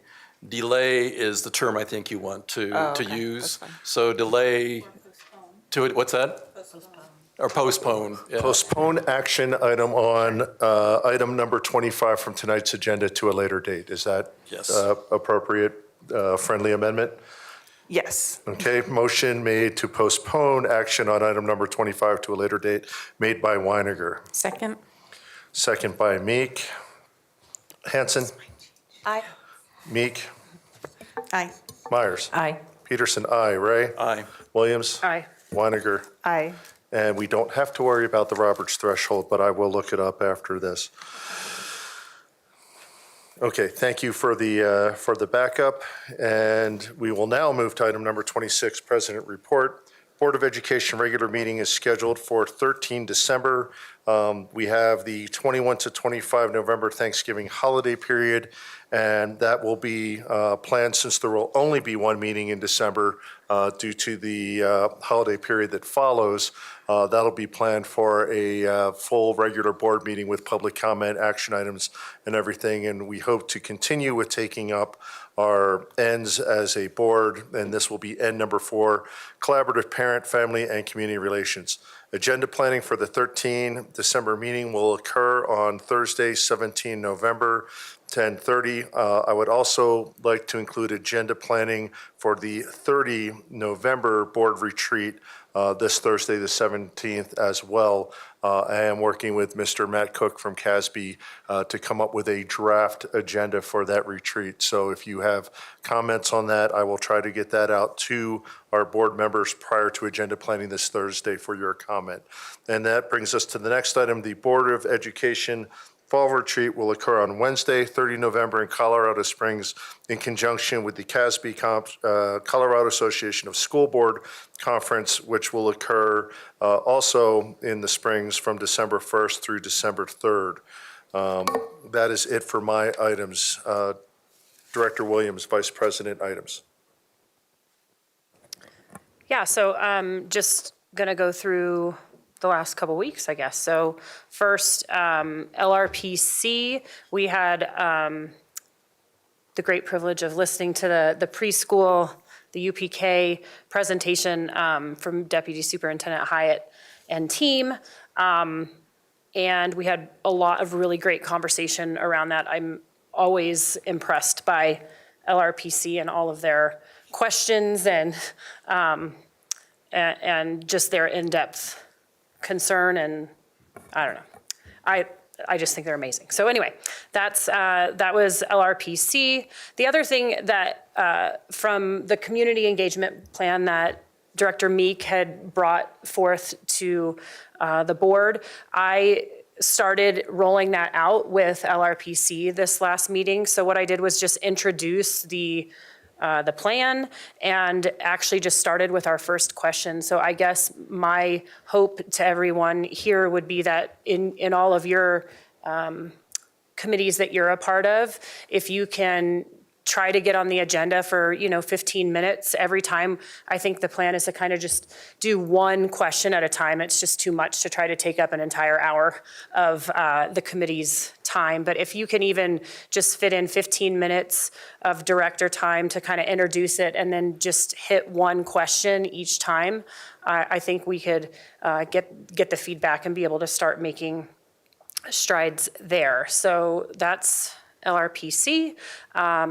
Director Weiniger and I had the great privilege of going to United Airlines on Friday with, the training facility, yes. Well, it was near the old Stapleton Airport. And Andy Jones facilitated that with Dr. Rex Kaur and Jeremy, I don't remember his last name and I feel really bad about that, but he was there as well. And he's going to be doing the aviation curriculum at the Legacy campus. And it was a very, very fun and cool tour that we got to take, seeing simulators and all that sort of stuff. And what a great opportunity our kids are going to be able to have by having this aviation program through the Legacy campus, and I'm very excited for that.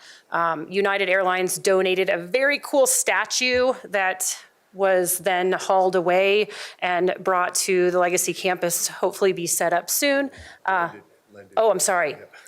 It was a long-term lending that they've done with us. So anyway, I'm very excited about that, and hopefully we can get pictures of that up as soon as it's put back together. Yes, it's like a kid, a bronze statue getting ready to like throw the, it's called, what was it called? Wings? Yeah, I may be able to get it up there. Very cool. Anyway, I think it was called Wings, but it's like a child getting ready to throw, and it kind of symbolizes like being able to take off. And so I thought it was pretty neat that they were putting that on lend to the district. So while Superintendent Kane tries to find that,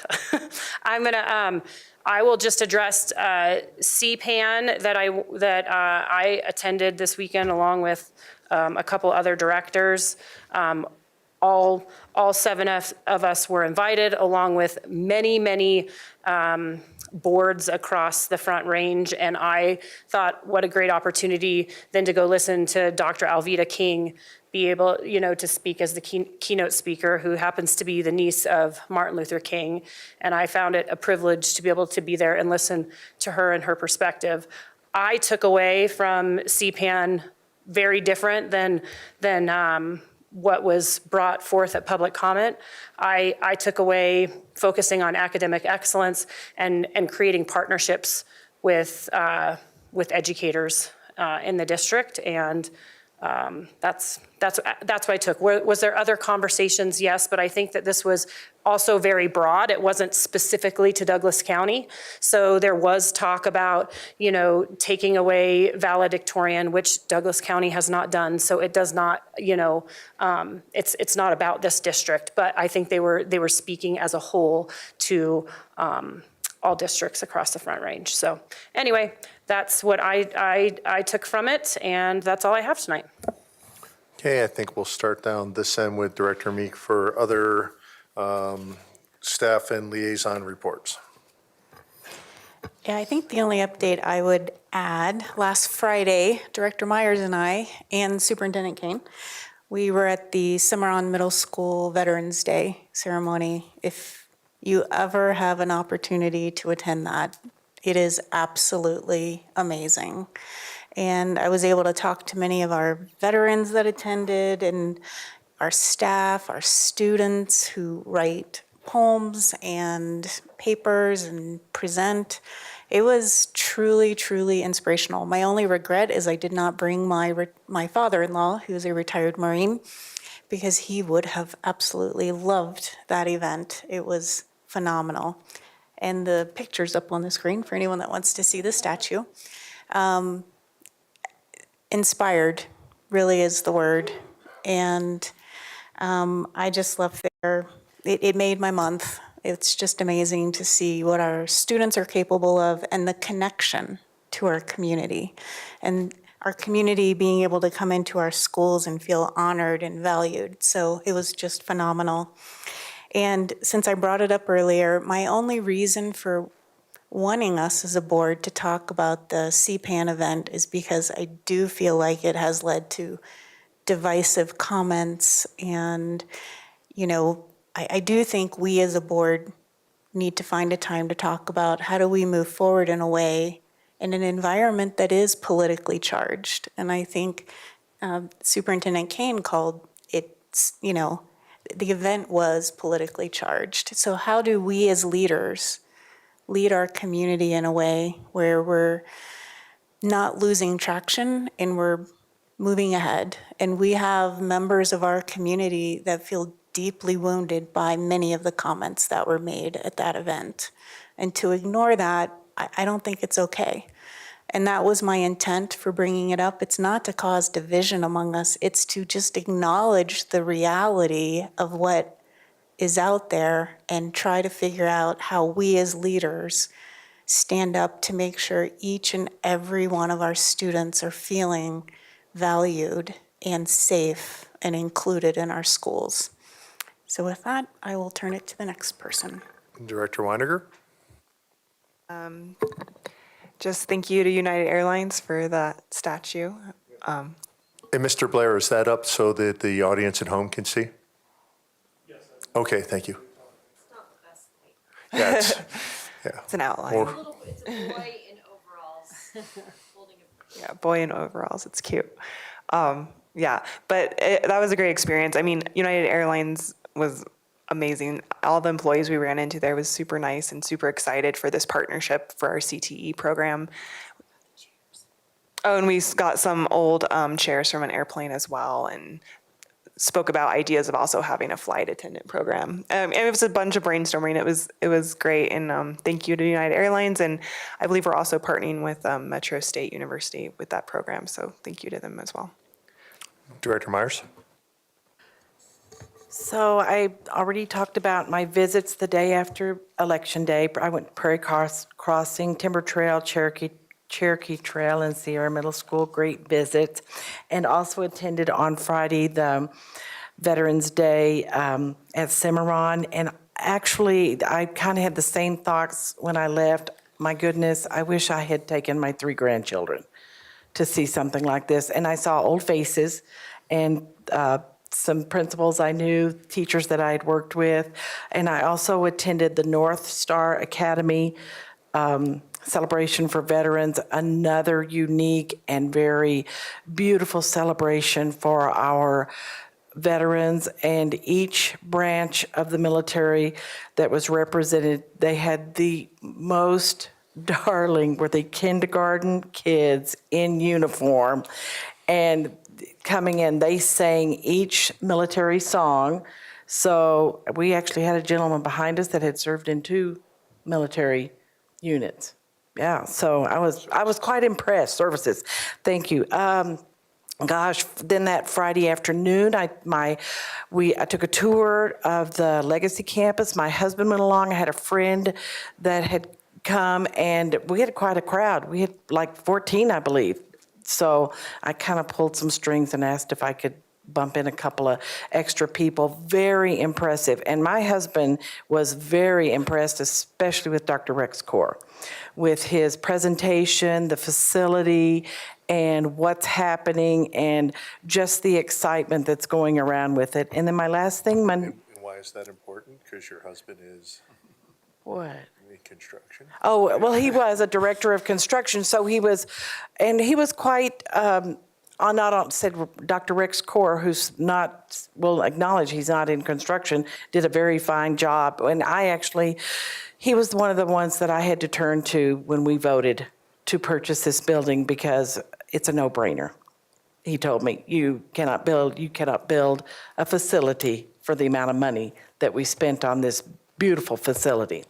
And then Monday morning, I was in a DCYI retreat where I got to see our Honorable Dr. Crawford in action, and the stuff that she does for this community and what DCYI does for our community and can step in. And one of the things that I took away is they can step in and work with the schools, work with these kids, and they can probably say and do things a little bit differently than what a school can, and come along and support so that these kids are successful. Otherwise, I think that's it. Director Ray? Director Myers cut herself short because she was also with me at the student advisory group meeting Monday night. I don't know how you do that. How do they? But I will say, in addition to the things you heard from Nick tonight, I kind of led the group in a debrief around 5A and 5B also. And our kids are just tremendously insightful. And I think what both Director Myers and I came to the realization is that we missed that piece of really looking at how we engage our students with this. Because we had, matter of fact, I had a student come up to me and said that for his senior project, he really wanted to take on the whole way to communicate to other students and to come up with an engagement plan for when we have these kind of issues like a bond and an MLO, so that students really have some voice. They're also amazing in terms of just, they know in their facility the areas that need to be improved. And it was really interesting to hear some of our students say, the reason I didn't support the bond is because You said on your bond plan that you were going to replace the tracks. We don't need new tracks. I need new ceiling tiles where the roof continues to leak every time we get a big rain. And so it really made me realize that we probably missed a step there in terms of really getting our students engaged and to listen to them, because they know well what needs to be improved in their facility. But I thought they had some remarkable insights. They're very similar to what we have heard from our community in terms of why or why not.